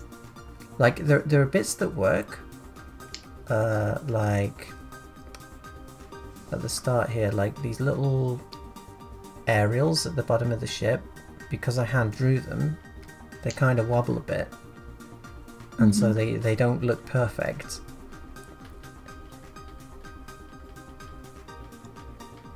Yeah. So they work. The corridor, you can tell that's 3D, and I don't know. Did you use the keyframes and then you in between the rest yourself, or? What for? For the whole thing? For the ship. No, I rendered it all. Okay. Yeah. But yeah. There we go, I guess. It does look a bit too rotoscoped. It's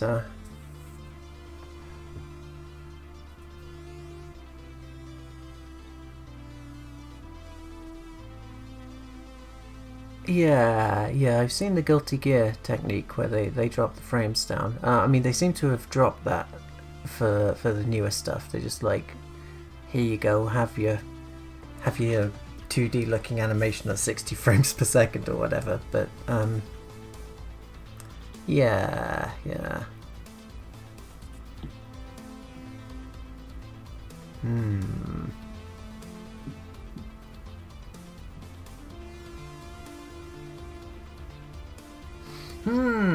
Well, I will keep working on it and see what I can come up with.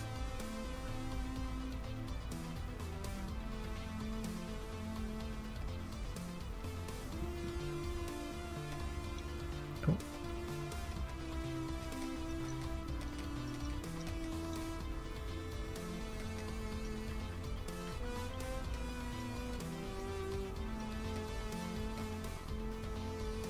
Maggie.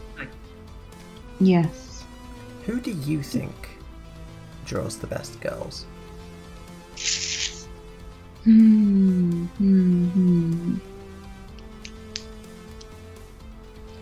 gonna have to say, like, not just visually, but also in terms of charm points, it's gonna have to be the Video Girl Eye guy. I knew you were gonna say him. It's hard to beat him. It's hard to beat that guy.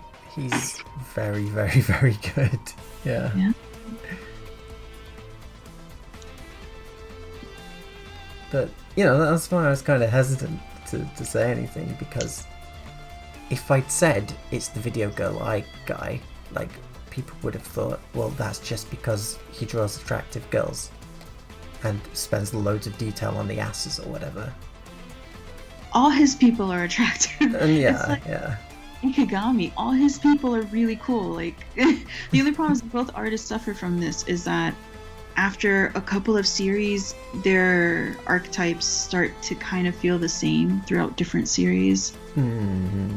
You know, that's the only problem. So that's why, like, that's why it's a tough answer. Because, yeah, most of their girls are memorable, but sometimes they kind of blend into each other, and what you're really more paying attention to is the style. Yeah. I mean, I'm used to that anyway. Most of my favorite artists, like Kenichi Sonoda, for instance, like oh yeah, he's really good. He's got maybe 5 different styles of faces for girls and about 5 different ones for men as well.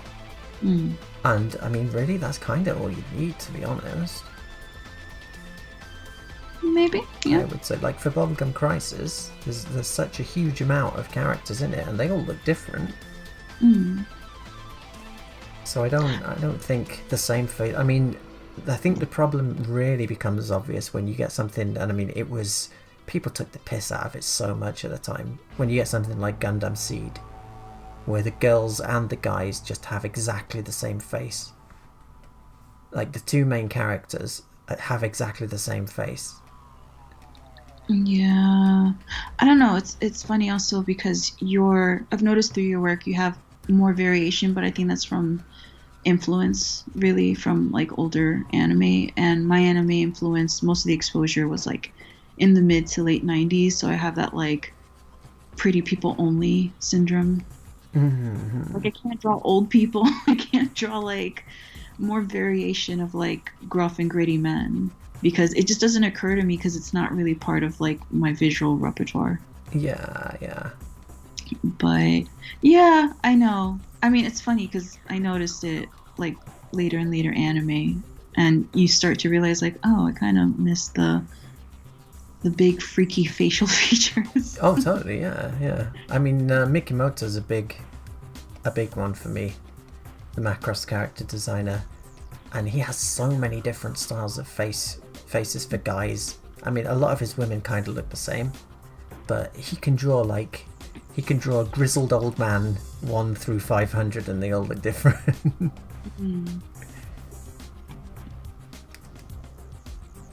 You know, I think someone who doesn't suffer from that is also,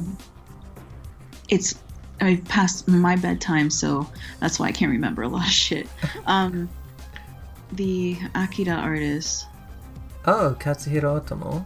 Yeah, he has a very particular style of faces, but I can't say that I've looked at a bunch of his stuff and not felt like each character is very unique. Yeah. Which is weird, because, yeah, it's super stylized. No, he's very good as well, yeah. Yeah. That's kind of understating it, saying he's very good. He's one of the gods, isn't he, really? But still. Mm-hmm.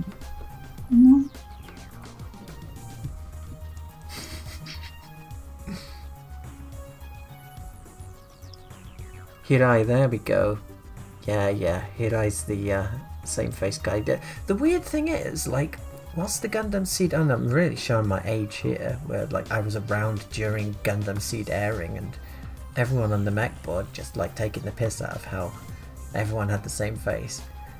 And, you know, he just became known as the same face Hirai or whatever.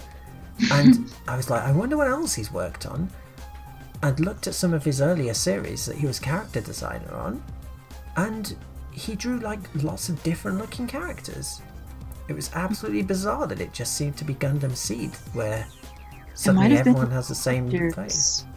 Yeah, but it might have been like the committee or the directors, you know, that dictated that more than the character designer. Maybe. It's a team effort. Anything could happen. Yeah.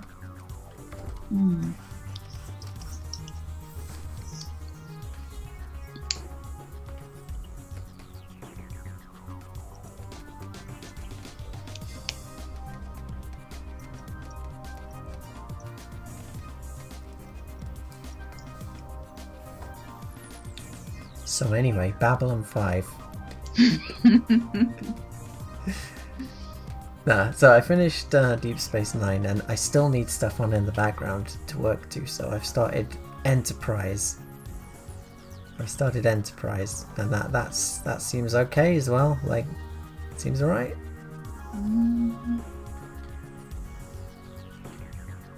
I made Mackie watch some Next Generation with me. We watched some Next Generation recently. We did? Yeah, on Pluto TV. Oh, of course. Yeah. Sorry. Yeah. Yeah, the whole channel devoted to it. Yeah. I mean, it's pretty good.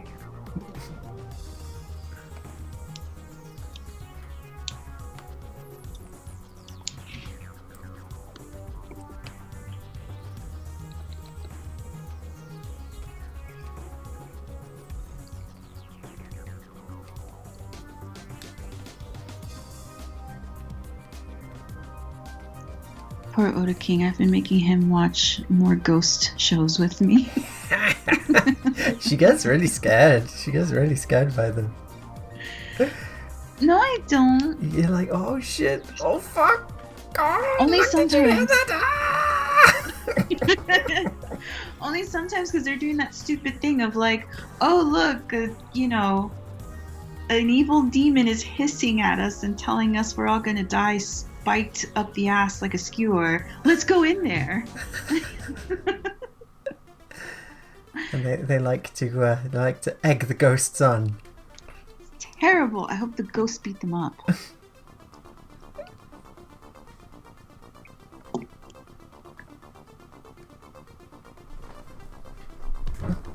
And I shall not have any wrestling trash talk on this Christian Minecraft server. It brought us beautiful songs like Hulk Hogan singing I'm a Real American. He never sang that though, did he? No, you're right, he didn't. No, the Real American song wasn't even Hulk Hogan's theme originally. What? It wasn't? No. It was for a tag team, I forget the name, because I'm not actually a super huge wrestling fan, so I don't know all the shit.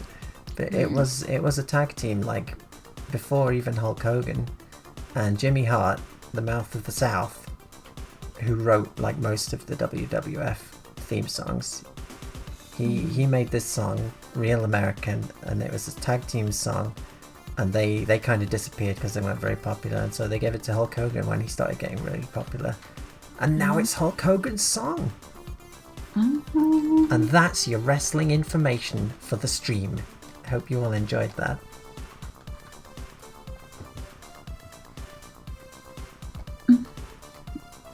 Never seen anything supernatural like ghosts. I have 2 ghost stories, but I won't tell you because you're all underaged, and I don't want your mother calling me in the middle of the night asking why is my son pissing the bed. It's very considerate of you. It's nice how you look after the chat like that. Yes. I think that's why people keep coming back to the stream. I don't know. Or if enough people ask me, I'll tell them the ghost story.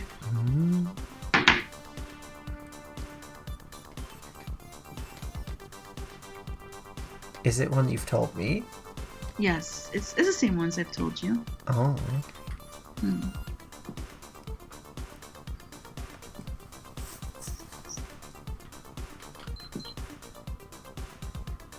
No alien stories, luckily, because holy shit was I scared of aliens as a kid. Yeah, you didn't like the Ayla Mouse at all. No Ayla Mouse. I did not want a Naruto run into Area 51.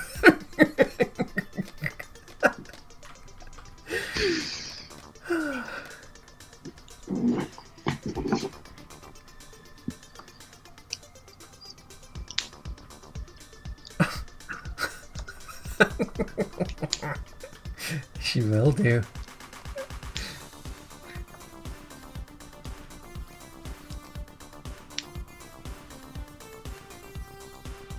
Yes, we have heard of that image board site, and OtaKing frequents it quite a bit. Oh, yes, I do. I do. I wish there was a search by year function on Sakugaboru.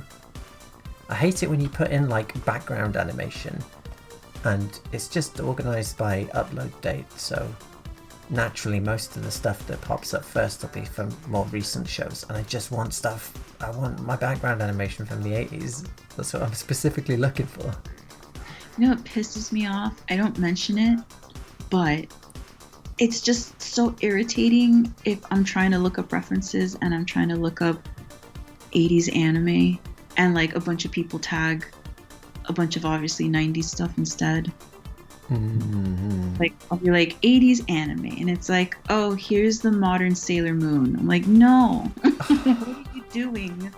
It's time to stop. But yeah, that's the only problem is like tagging could go wrong.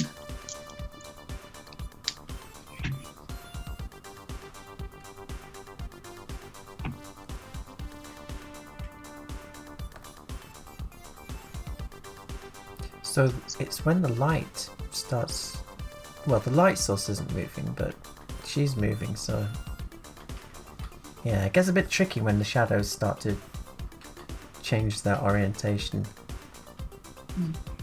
What I'm trying to say is when the shadows go in different places, it makes it harder to draw. It's harder to draw when the shadows move.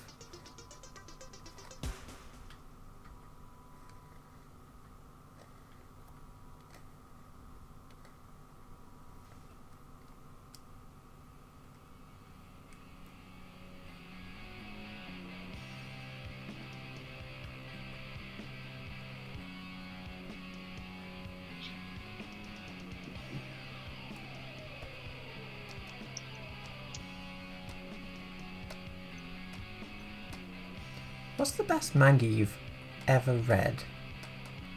Oof. What's the best manga you've ever read, and what's the best looking manga you've ever looked at? Best I've ever had. You know, that's tough because there's things that are like technically better. Like there are some backgrounds and stuff in Shiro's work that are how do you even? Yeah. And it definitely deserves the superiority award, but stylistic, I just always come back to Ikigami. Ikigami just knows how to create mood so well, and his close-ups are insane. I really need to look at more of his stuff because I haven't read hardly any. Oh no, it's good. I mean, like I said before, once you read like 2 or 3 of them, you can start having, okay, I think he's going to do this for the next one. This type of guy comes in this kind of situation and blah, blah, blah. I mean, it's still good though. He works with a really good writer on some of them. And for those who don't know, like what are some of his famous manga?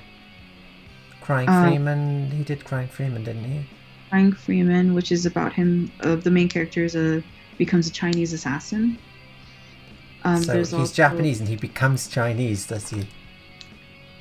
I guess. He gets accepted. He joins like the Chinese triads or something, doesn't he? Yeah. And there's Sanctuary, which is about the Yakuza involvement with like government. And I mean, it's not politics. It's weird because it's one of those, it sounds like it's a politics manga, but it's not. It's really good. Everything's like life or death. Best manga I ever read though, I'll say like, I'm gonna have to say Dr. Slump. Because it doesn't matter how many times I read it, it just takes me to a happy place and I just laugh and laugh and laugh. And that's my version of good, is when it catches me off guard and it doesn't have to elicit anything. It just kind of happens. Oh, Vagabond's pretty good. That artist is really good, but I just can't focus myself to read Slam Dunk. I have so many volumes of Slam Dunk and I just look at them. I did not know that Ikigami did posters of Dune in Japan. Yeah, yeah. I'm gonna have to look for those later. No, I didn't know that. And I haven't seen Megalobox, but I've heard of it and I've seen screenshots of it, and I do need to actually watch it because it looks... They've kind of got that old school style down on it, haven't they? I would like to see it.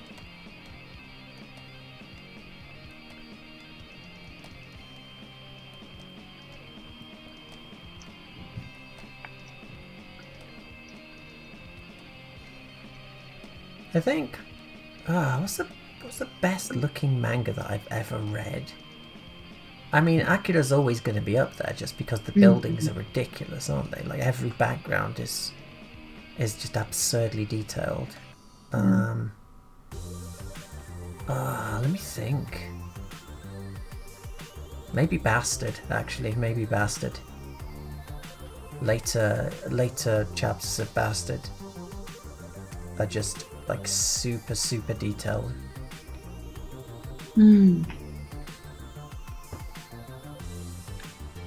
There's always those few, isn't there? Like, you're not a super fan, but somehow, like, the style and everything influenced you.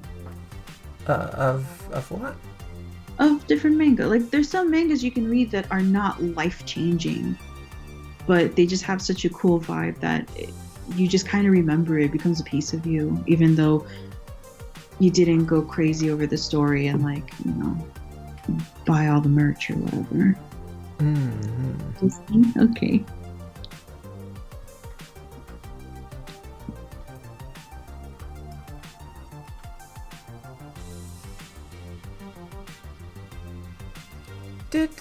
Who did Lone Wolf and Cub? That wasn't Ikigami, was it? No.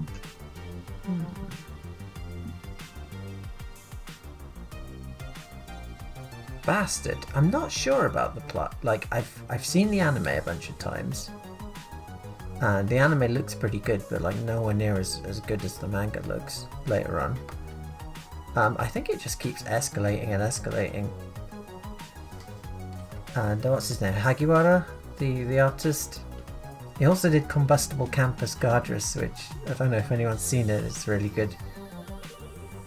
But yeah, he's just got a really good character design style, and he's a big fan of H.R. Giga. So in Bastard especially, there's some like big, like, you know, city destroying entities that just look like they've come straight out of a Giga painting. I mean, it helps that they're all named after metal bands.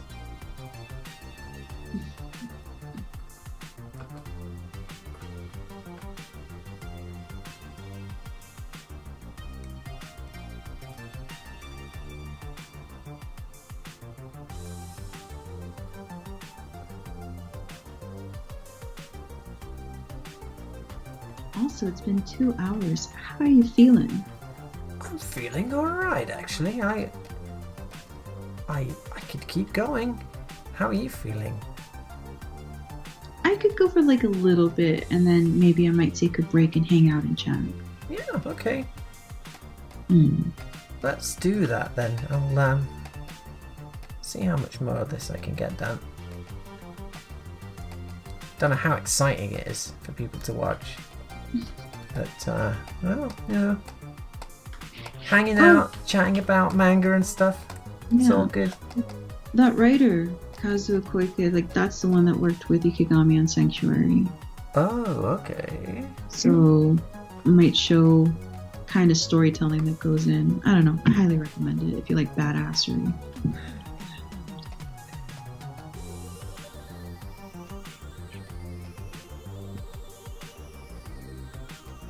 If you want, I mean, I know I keep going on about Shiro. Okay. But if you want batshit insane, over-the-top crazy, then I would recommend Orion by Masamune Shiro to anyone. It doesn't make any sense. It's fantastic. It's like a sci-fi... Ah, shit. How do you describe Orion? It's very funny, and it doesn't make any sense. Is how I would describe it. and it looks really good, which obviously is the biggest. There's your biggest. I can't think of English words, which is a bit of a pisser since it's the only language I can speak. Biggest measuring stick by which to critique things.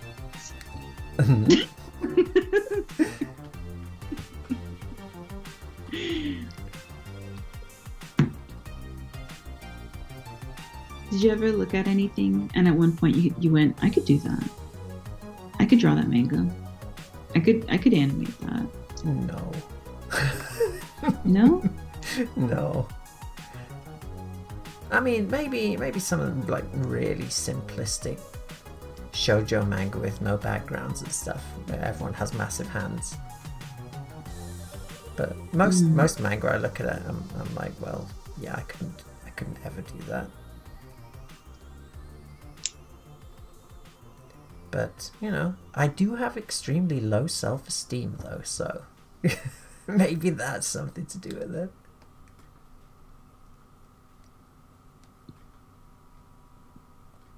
Well, you shouldn't. Just saying. You can't help it though. You can't help some things. Yeah, I got it. Like, technically, I'm a professional animator. I've worked for the BBC and stuff. But if I hadn't been forced into a studio and made to do it, there's no way I would have. I'd have been like, well, no, they can, if they want some animated Doctor Who stuff, they can just get like a professional animator to do it. I'm just like some guy doing stuff on YouTube. So if I hadn't been forced to do it, I wouldn't, you know, I'd have been like, no, don't settle with pleb stuff. No, that's usually how it happens for everybody. I guess, yeah.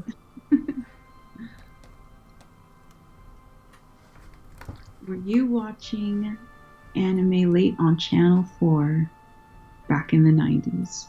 Oh, yeah. Late License, I think it was, the slot was called.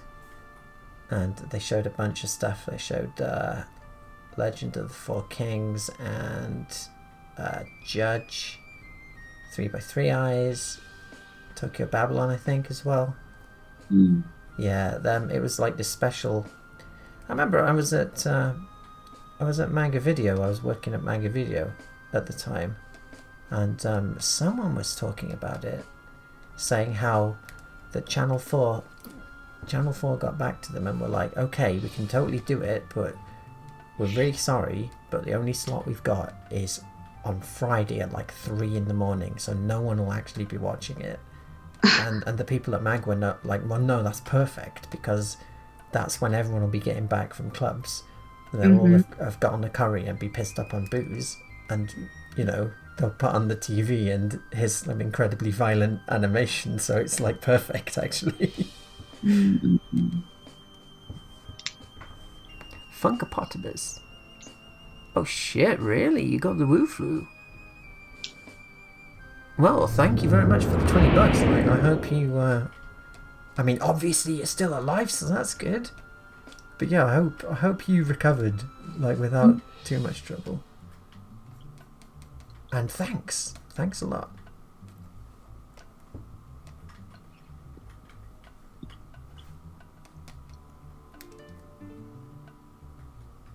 There's probably something named after Motorhead, I would think.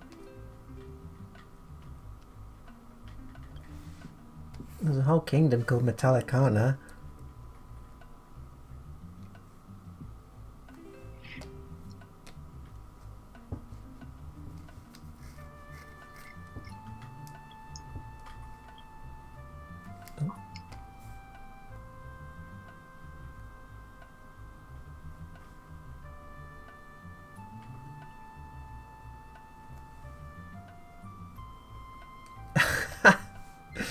Yeah, Devilman. Devilman was good, wasn't it? It's another one of those. It's another one of those OVAs where I watched it and I didn't think it looked especially good at the time, and I watch it now and it looks great. It looks fantastic now.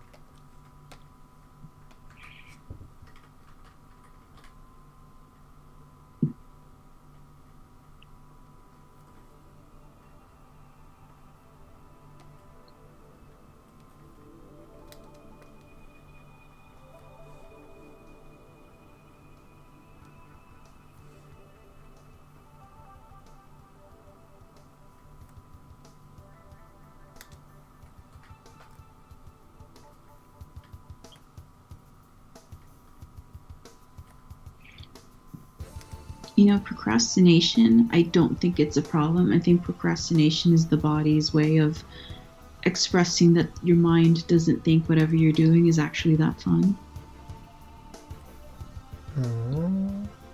I don't know. Pretty deep. I think from all my millenniums on this earth, I think procrastination is it's because it sounds good.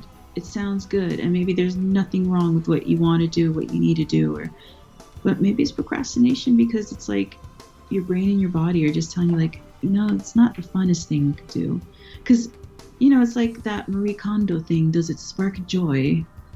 Because if it did, you'd be in a state of bliss and just doing it, Mm-hmm. Sometimes I think maybe like, I don't know, maybe it's a sign. Maybe it's a sign, and think if there's anything more fun than whatever you're procrastinating on. And if there is, maybe you should do that. I mean, I wouldn't say just drawing faces endlessly like I've been doing recently sparks joy, but also it doesn't piss me off though. You're particular in that sense. Or I don't know if I'm just that much of a hedonist. I mean, I don't think you're ever going to be at a point where you're only doing stuff that is like, holy shit, I'm having so much fun right now. Like, you're always going to have to just soldier on through some stuff, work-wise. Yeah, I guess so. But I think those things come off more like challenges. Like, they come off like, it's like Goku. Like, you get to fight more stronger and stronger enemies. Like, if that's fun for you, then it's not really slogging to get to the good parts, is it? No, I guess. I don't know. That's your free therapy session for the day. Wow, that was brought to you by BetterHelp and the Wacom earbuds. Yeah. I don't know, it's hard being an artist. It's hard. $3.99. Thank you. I will put that into the fund. The fund to buy me sandwiches so I don't starve. I was gonna say, what can you have on Lent? That's a treat, but not a I just ruined Lent treat. Like, nothing. What? If it's something I really enjoy, I'm not gonna eat it or drink it during Lent. OtaKing, please stop being anorexic. I'm not anorexic. I'm eating plenty. It's crazy. I'm technically in the best shape of my life right now. I've never been able to do push-ups and lift weights and stuff before in my whole life. So I guess lockdown's been good for some things. I am still living off ham sandwiches, but I've I put some healthy stuff in there, and but before Lent I was doing like these healthy shakes as well, just like blending together a bunch of vegetables and things, and they were pretty good. Corned beef's good, yeah. Yeah, I like corned beef.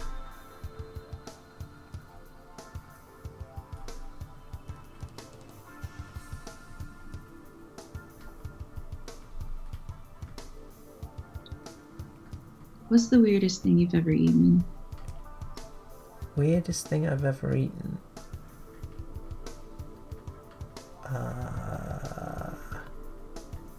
Shit, what is the weirdest thing I've ever eaten? Maybe cow tongue, but I didn't know it was cow tongue. I mean, it just looked like meat. I was tricked. He knew. Ben knew that I wouldn't eat cow tongue, so he didn't tell me it was cow tongue. Was this like at a Viking place? Yeah. It was the all-you-can-eat meat barbecue thing in Japan. And I mean, it was really tasty, but I'm never having it again. I'm not eating a cow's tongue. It's delicious. That cow died for you. The least you can... I don't know. Now I feel like shit. Don't let his carcass go to waste. Eat the bastard.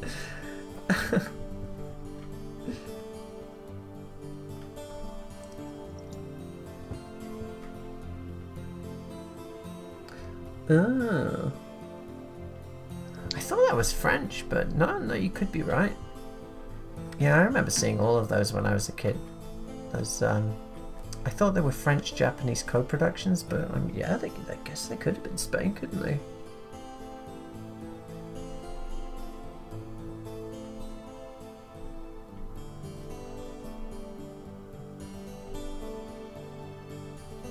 What does a wasp taste like? How do you eat a wasp? By mistake. In a tragic accident.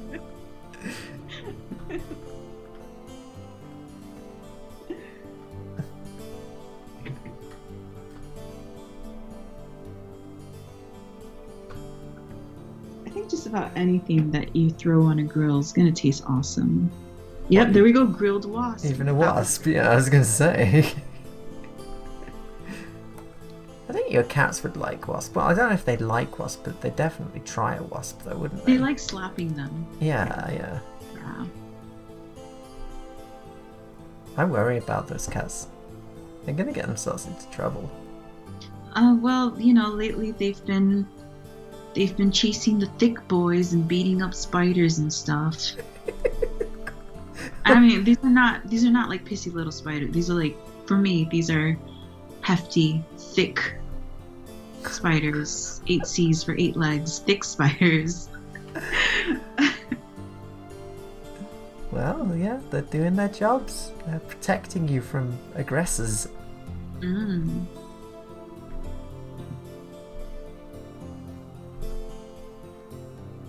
Well, I do worry though, because when I first moved into this house, there was a black widow in the backyard. Ooh, and yeah. I noticed it before any of the cats did.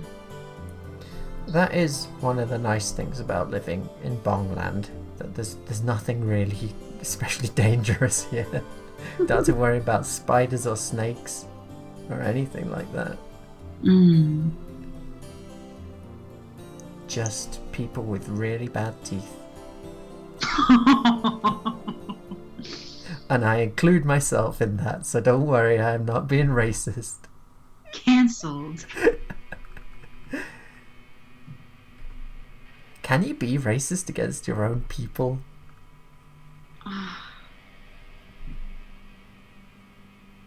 I'm sure a lot of people will say yes. Ew! On a school field trip, I ate a caramel-coated cockroach leg. Oh, what the hell? Why? Why would you? Oh no. Are you I okay? see. To help conquer the fear of insects. Okay, taste 4 out of 10.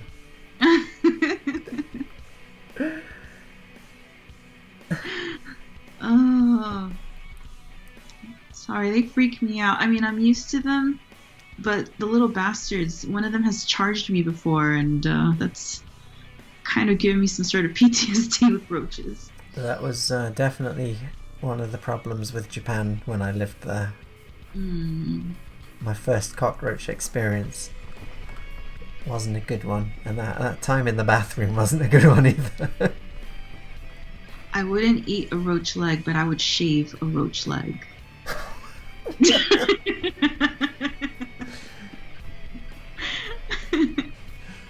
Well, if that's fun for you, if that brings you joy, that'll teach them.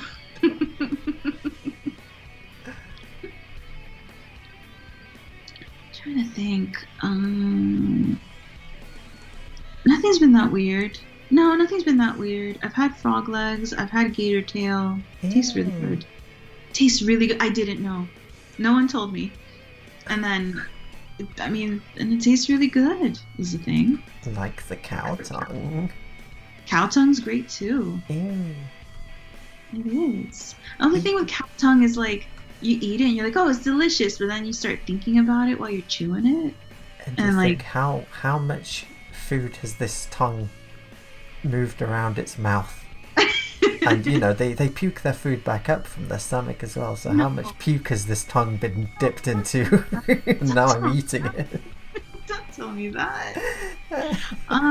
You know, okay, well, I'll say the most, like, I wouldn't, because it's like if I told you, hey, you know, try a piece of this, it's like meat is meat.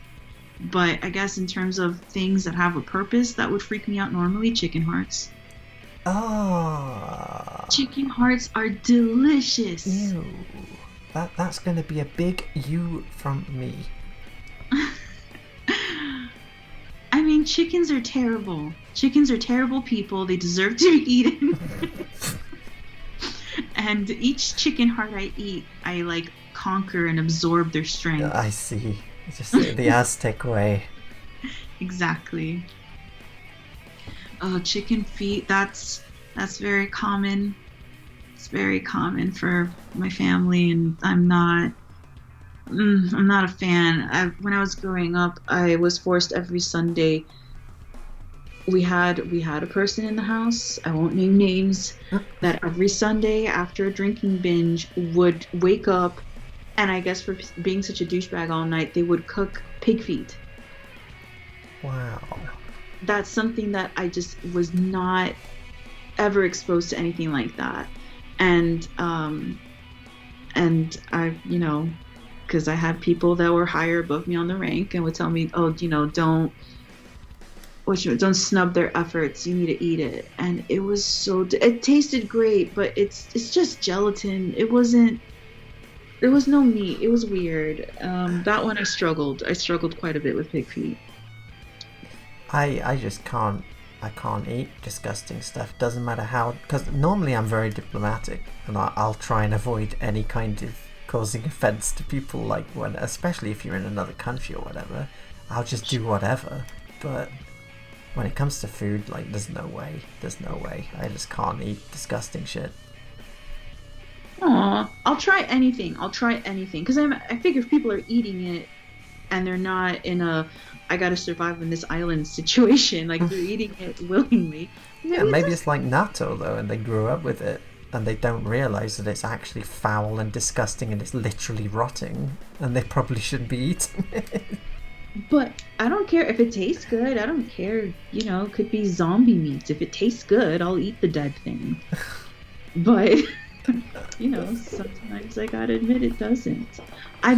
Speaking of that, I've been wanting to eat natto because I heard it had so many health benefits. Vitamin K up the yazoo. But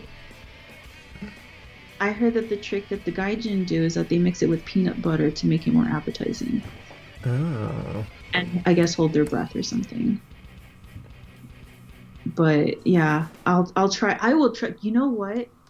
When I find it, I will try it on stream. I'll try natto and I'll tell you guys what it's like. Well, I'll watch you eat it on stream, but I won't be in the same room because it stinks. Does it? Have you smelled it? I never have, but even the people who like it in Japan, they're like, yeah, it tastes good, but it smells like, decomposing shit. So good luck with that. Well, I'll try to prepare myself. You could start a fundraiser for for me to eat weird shit? Yeah, different tiers. I'll totally do it. Hand over those sheep testicles, fam.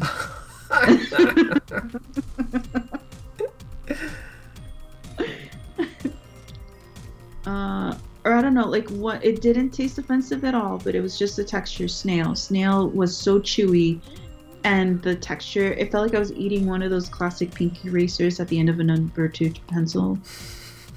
But no matter how much I chewed and it just wouldn't break down.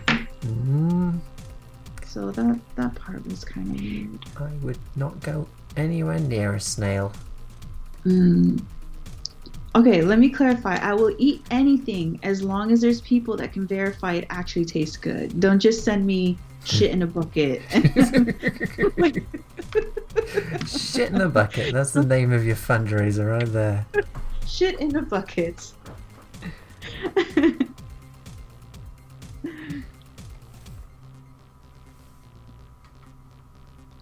Chocolate covered ants, pretty popular. Popular in the jungle. They like that. Well, you have to pick the ants with the big butts. And then, because, I don't know, there's extra nutritious in that ass. Actually, I respect ants. I wouldn't eat them or their asses. the ones with the big butts are really mean. They deserve to get eaten. But Maybe it's I've been because told people keep telling them they got big asses. Maybe that's why they're mean. Well, I heard they taste like a peanut butter M&M situation. Like if you chocolate cover them. Oh. I don't remember if I tried one. I was too small, but that's what I've been told. I don't know. Like, there's a lot of things like this where, yeah, you could try it, and maybe you'll be surprised and it tastes good. But why would you? Why? Why bother? Why bother trying things?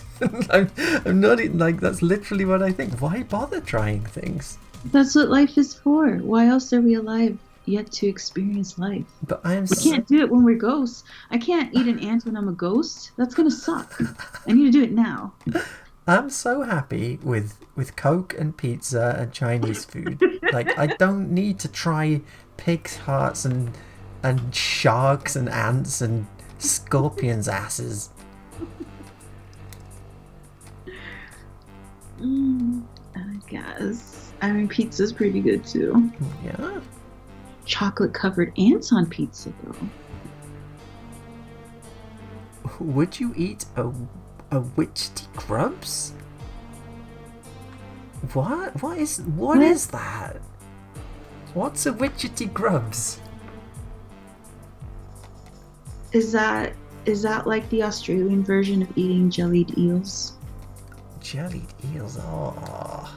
That sounds a little weird. Jellied I don't know. I think especially because it's served cold, isn't it? It's a Cockney thing, I think. From back in the 1800s when there was fog throughout London and everyone thought it was a good idea to get murdered by Jack the Ripper and eat jellied eels. it was a different time. It was a rum do. The witchetty grub is a term used in Australia for the large white wood-eating larvae of several moths. Ooh, but I like moths. Yeah, I'd like to be cultural exchange and shit, but I like moths, so I'm not going to eat them. They're young. Don't get mad at me. Yeah. Also, Vegemite and Marmite, the same? Is there some sort of difference? I don't know. I think they're very similar. Because I like Marmite. I don't eat Marmite, but stuff that tastes like Marmite, like Twiglets. Yeah, I was gonna say, like, isn't Twiglets covered in Marmite? Supposedly, yeah. I love Twiglets.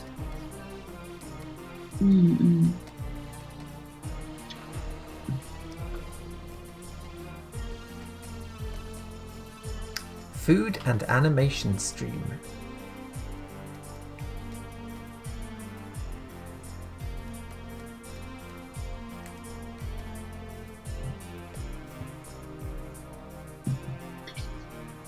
Poutine, I could eat like buckets of poutine. What is that? What is it? I know the name. You wouldn't like it because this blasphemer doesn't like gravy on his chips. Of course not. I want my chips crispy. But yeah, but then you have some parts that are crispy, the parts that are sticking out, and then some parts that are like soaked in with the. No, they all just submerge underneath it, like that scene in the Transformers movie. They all get sucked down into Unicron's stomach acid.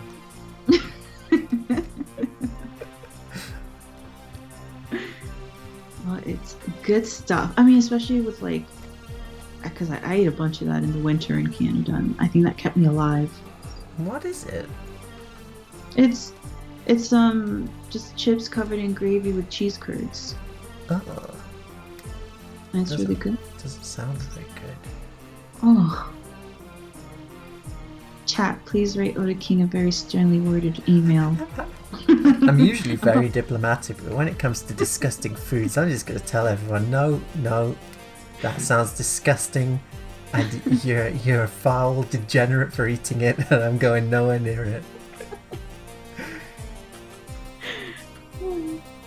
Hell yeah, I would do mukbang. Well, time to start your stream. Yeah, get me that tractor full of spicy ramen. I was okay, because for a while I was like, I get the original appeal with mukbang. Part of it had to do with some really weird sound effects when people were sucking on chicken bones, but the other part of it had to do with people having company during their lunch break, and I was like, I get that, I really get that. But it's gotten more and more mainstream, and I think people are taking it too far. Like, some people have taken it way too far, and some people it's just like, you should have lunch with the other person, not read me a Wikipedia about Ted Bundy while you eat. Like, that's the kind of stuff I'm seeing. I think it ruins the original point. But yeah, I would do a reverse mukbang, where I have a whole table, like a pool table size of food, just all sorts of food, and then I only take one tiny bite of each thing and then shove it all in the garbage. Oh, this is the thing though. If she did start doing like mukbang streams, she would be way more popular than my streams in no time. ASMR chewing. Yeah. I would, you know what? I would mukbang all the nasty stuff you guys send me. Ew. That's what I would do. Before I met you, I never used to say ew, and now I just do it all the time.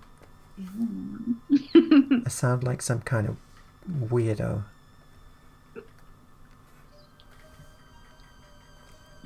Okay, guys, reverse mukbang at 1 billion subs, along with live action pooping, right here. Careful. Careful, it might happen. I'm gonna keep good on my promises, okay? And Shiro himself will turn up in the chat. Oh, I hope he and he'll be like, I heard some interesting stuff was going on over here. Shiro will massage and grease my feet. 1 billion subs. Alright, then we better stop now. We're gonna get banned. And I'll be the one banning you.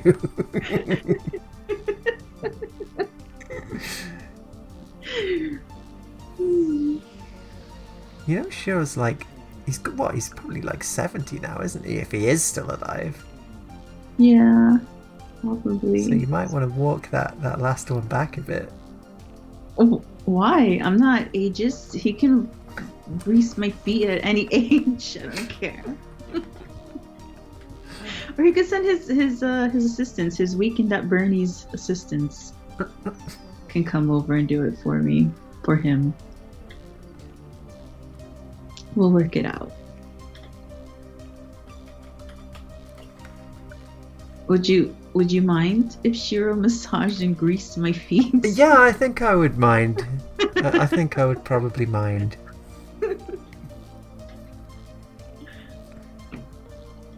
I respect the man, but I'm not going to let him take such liberties.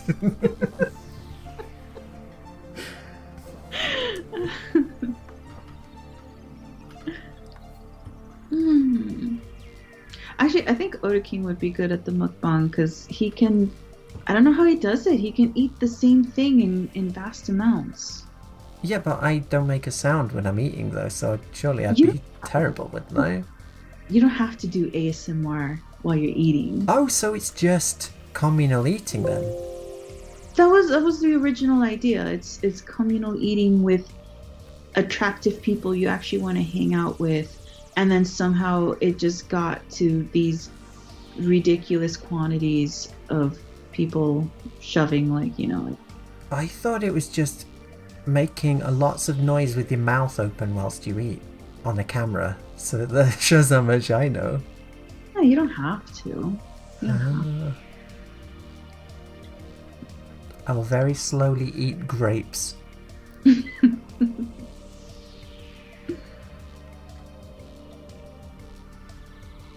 Is that something you could eat like forever and ever and you'll never get sick of it? Yeah, 100%.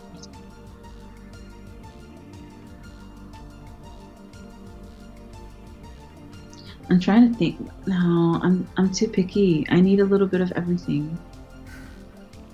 So, I mean, even I was gonna say tea because I drink so much tea, but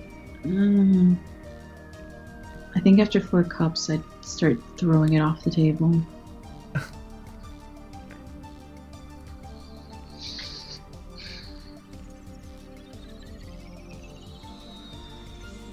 You can't hear the music, can you? I don't know if chat can hear the music, because I turned it down quite a bit so we could hear you.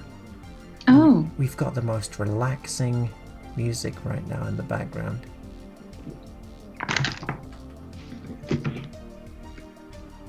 Is it, I think it's, yeah, it's Thanatos. I named the ship in the film after this particular track.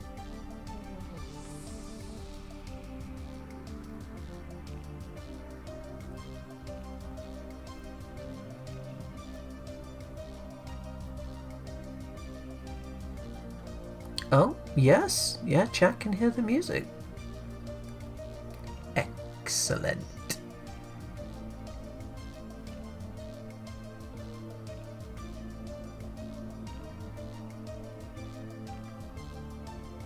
I mean, yeah, I could go for that. That's a very good stream idea, I think.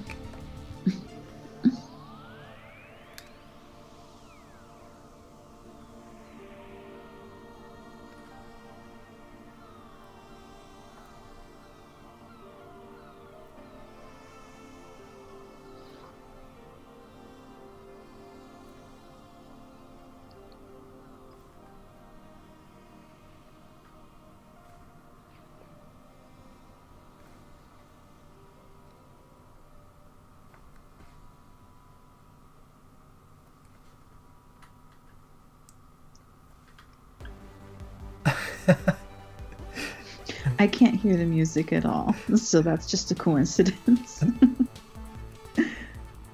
It was very soothing. But I'm not sure it had much influence on our conversation about mukbang and Shiro's weird noodle girls.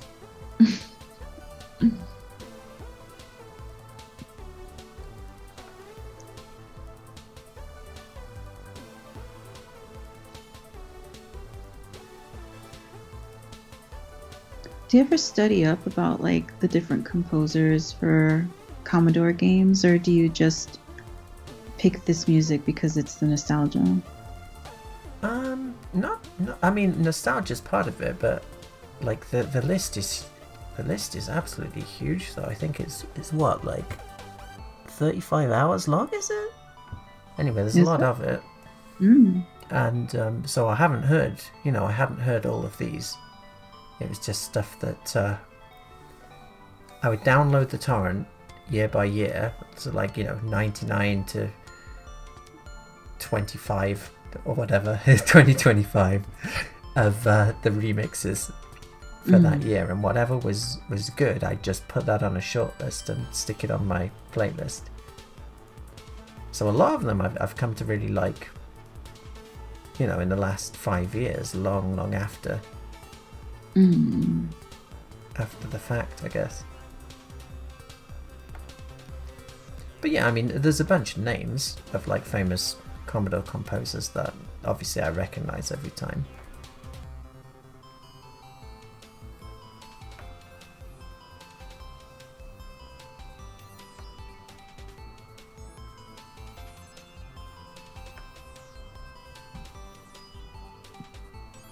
Did you like Pacific Rim?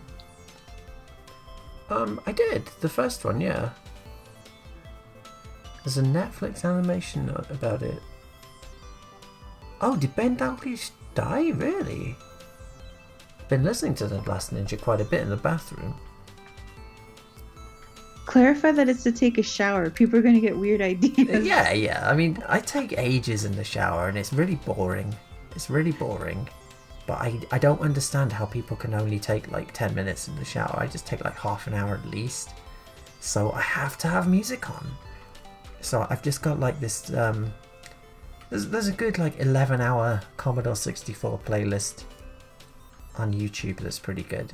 So I've been listening to that a lot recently. But yeah, I've been listening to a lot of Last Ninja recently, but I didn't know he died. That is a shame.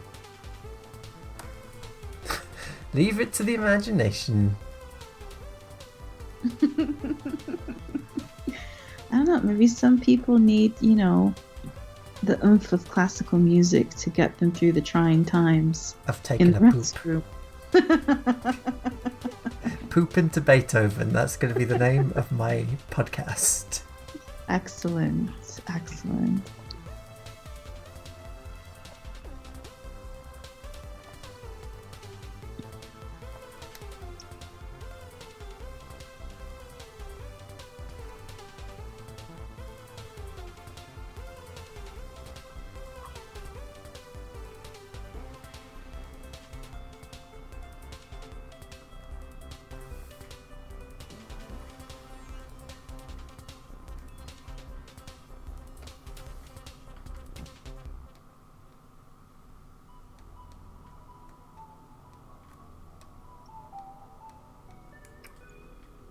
I'm trying to think of a really interesting, thought-provoking question to ask you.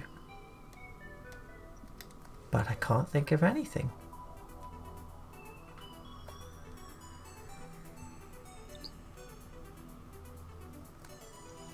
Well, chat has given me the idea I should make a Bluetooth squatty potty. So you can... Leaves you feeling empty yet fulfilled. I need a Bluetooth squatty potty, please. I mean, it is probably the greatest advert I've ever seen.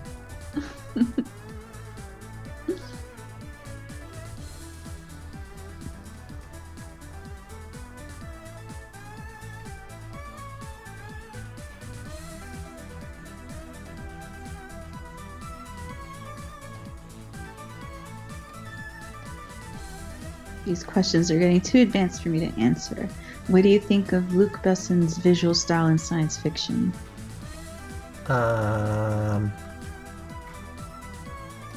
So what, we're talking like Fifth Element and stuff? What else has he done other than Fifth Element? I know he's done a bunch of stuff, but I can't think of anything off the top of my head. Didn't he do... I can't remember. Didn't he do Leon? Alright, hold on. He did The Professional, yeah. Fifth Element, La Femme Nikita, Lucy. So many I've never heard of. The Big Blue, The Messenger, Subway, The Lady, The Transporter. Oh, The Transporter, really? Oh, he did Transport, really? Huh. Atlantis, Taxi, Taken. He did Taken and Taken 2 as well. Really? So he has a particular set of skills then, Luc Besson. Apparently so. Also, we're getting some salutations from Panama. Thank you, Rex Zone. And I'd just like to wish you a Feliz Navidad and a Prospero Año y Felicidad. Ah, shit, I was almost free. That song was almost out of my head and now it's back again. Months and months. That's all that played. That's all that played in my head over Christmas. That's the only Christmas song I can share with OtaKing. He's shown me so many Christmas songs, and that's the only one that I know. Well, besides the Mi Burrito song. But I love that song though. Like, I really like it. So I don't even really mind it being stuck in my head. I'm glad that I could curse chat with it.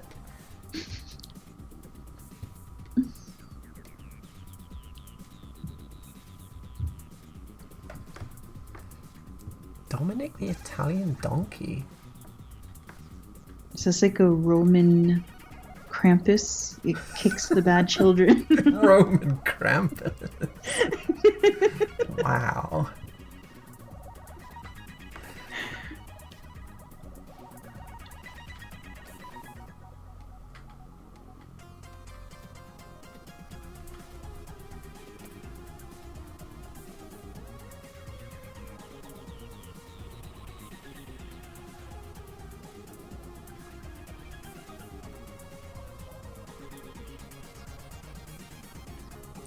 We need to get really big on YouTube so that we can get invited to some anime cons in Spain. And you can go along as my translator. Because the only thing I'll be able to say to people is Prospero año y felicidad.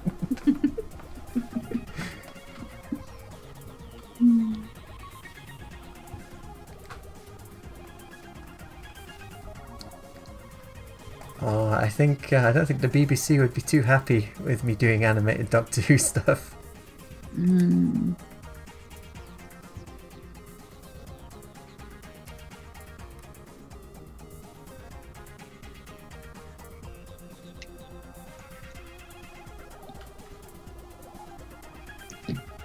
We should do a director's commentary on that Doctor Who anime short you did. We'd need a decent quality copy of it though, and there isn't one. It's fine. It's like 480p, isn't it? It's tiny. Fine. If that's the only way people can see it, they're still gonna see it. But I think people should know about like your origin story. I don't know how much of it I want to tell though, because there was quite a bit of fuckery, wasn't there? No, just how you put things together and stuff. I mean, I have some questions about it still. Well, it was definitely the start of my patented style, which was, what scene do I feel like animating? I'll just do that. And absolutely no storyboarding, no planning, no production or anything. And it wasn't until like much later that I started actually planning stuff out. I mean, it works because it's like clips. It feels like, yeah. It worked because there was no story. But I mean, I used exactly the same thing for TIE Fighter. It was just, I feel like doing some Star Destroyers. I feel like doing some dogfighting, and only like later on did I have enough where I was like, well, I guess I can kind of stick these together into some kind of story or something. I mean, nothing wrong with that. It's like an abridged version. Yeah, but it would have been much better though, I think, if I'd actually planned it out.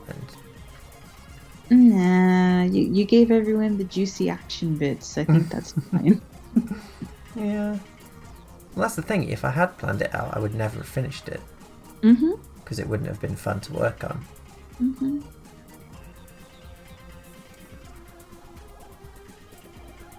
But sometimes you have to just knuckle down and just follow your animatic or whatever. Sometimes.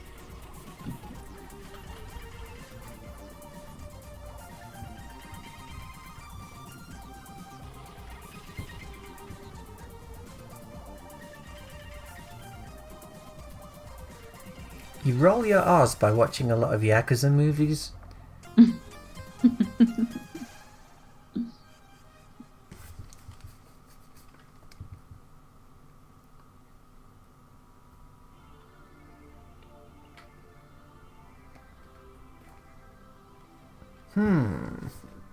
So we've been going for 3 hours. Maybe we should call it a night here then. Oh, what's this? Oh, thank you for the sandwiches. Have you seen the cartoonist Yukino Memories? No, I haven't. What is that? I'll Google it later. I haven't heard of that. Yeah, I do this full time. It's all completely Patreon supported. People on Patreon pay for my sandwiches, and thus I stay alive and don't die. So if you want to see more animation, go to Patreon. Pay for some sandwiches for me. Well, also you get to see updates every Tuesday. Yes, you do. And You do there's get. a backlog. There's a whole backlog of things to watch because we've been posting every Tuesday for like what, 2 years now or so. Oh yeah, there's years worth of stuff on there now. Yeah. Or if you're really lonely and you can't fall asleep without OtaKing's voice, you can go back and watch the older streams.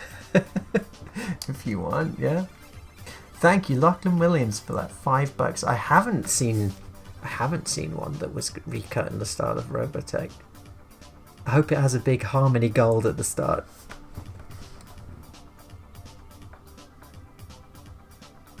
Can you show the animation that you've been working on this whole time? I mean, here it is from the beginning. So we've got some shading done. We've got some shading done tonight. And I think the light source is in pretty much the consistent direction the whole way, so it seems to be looking alright.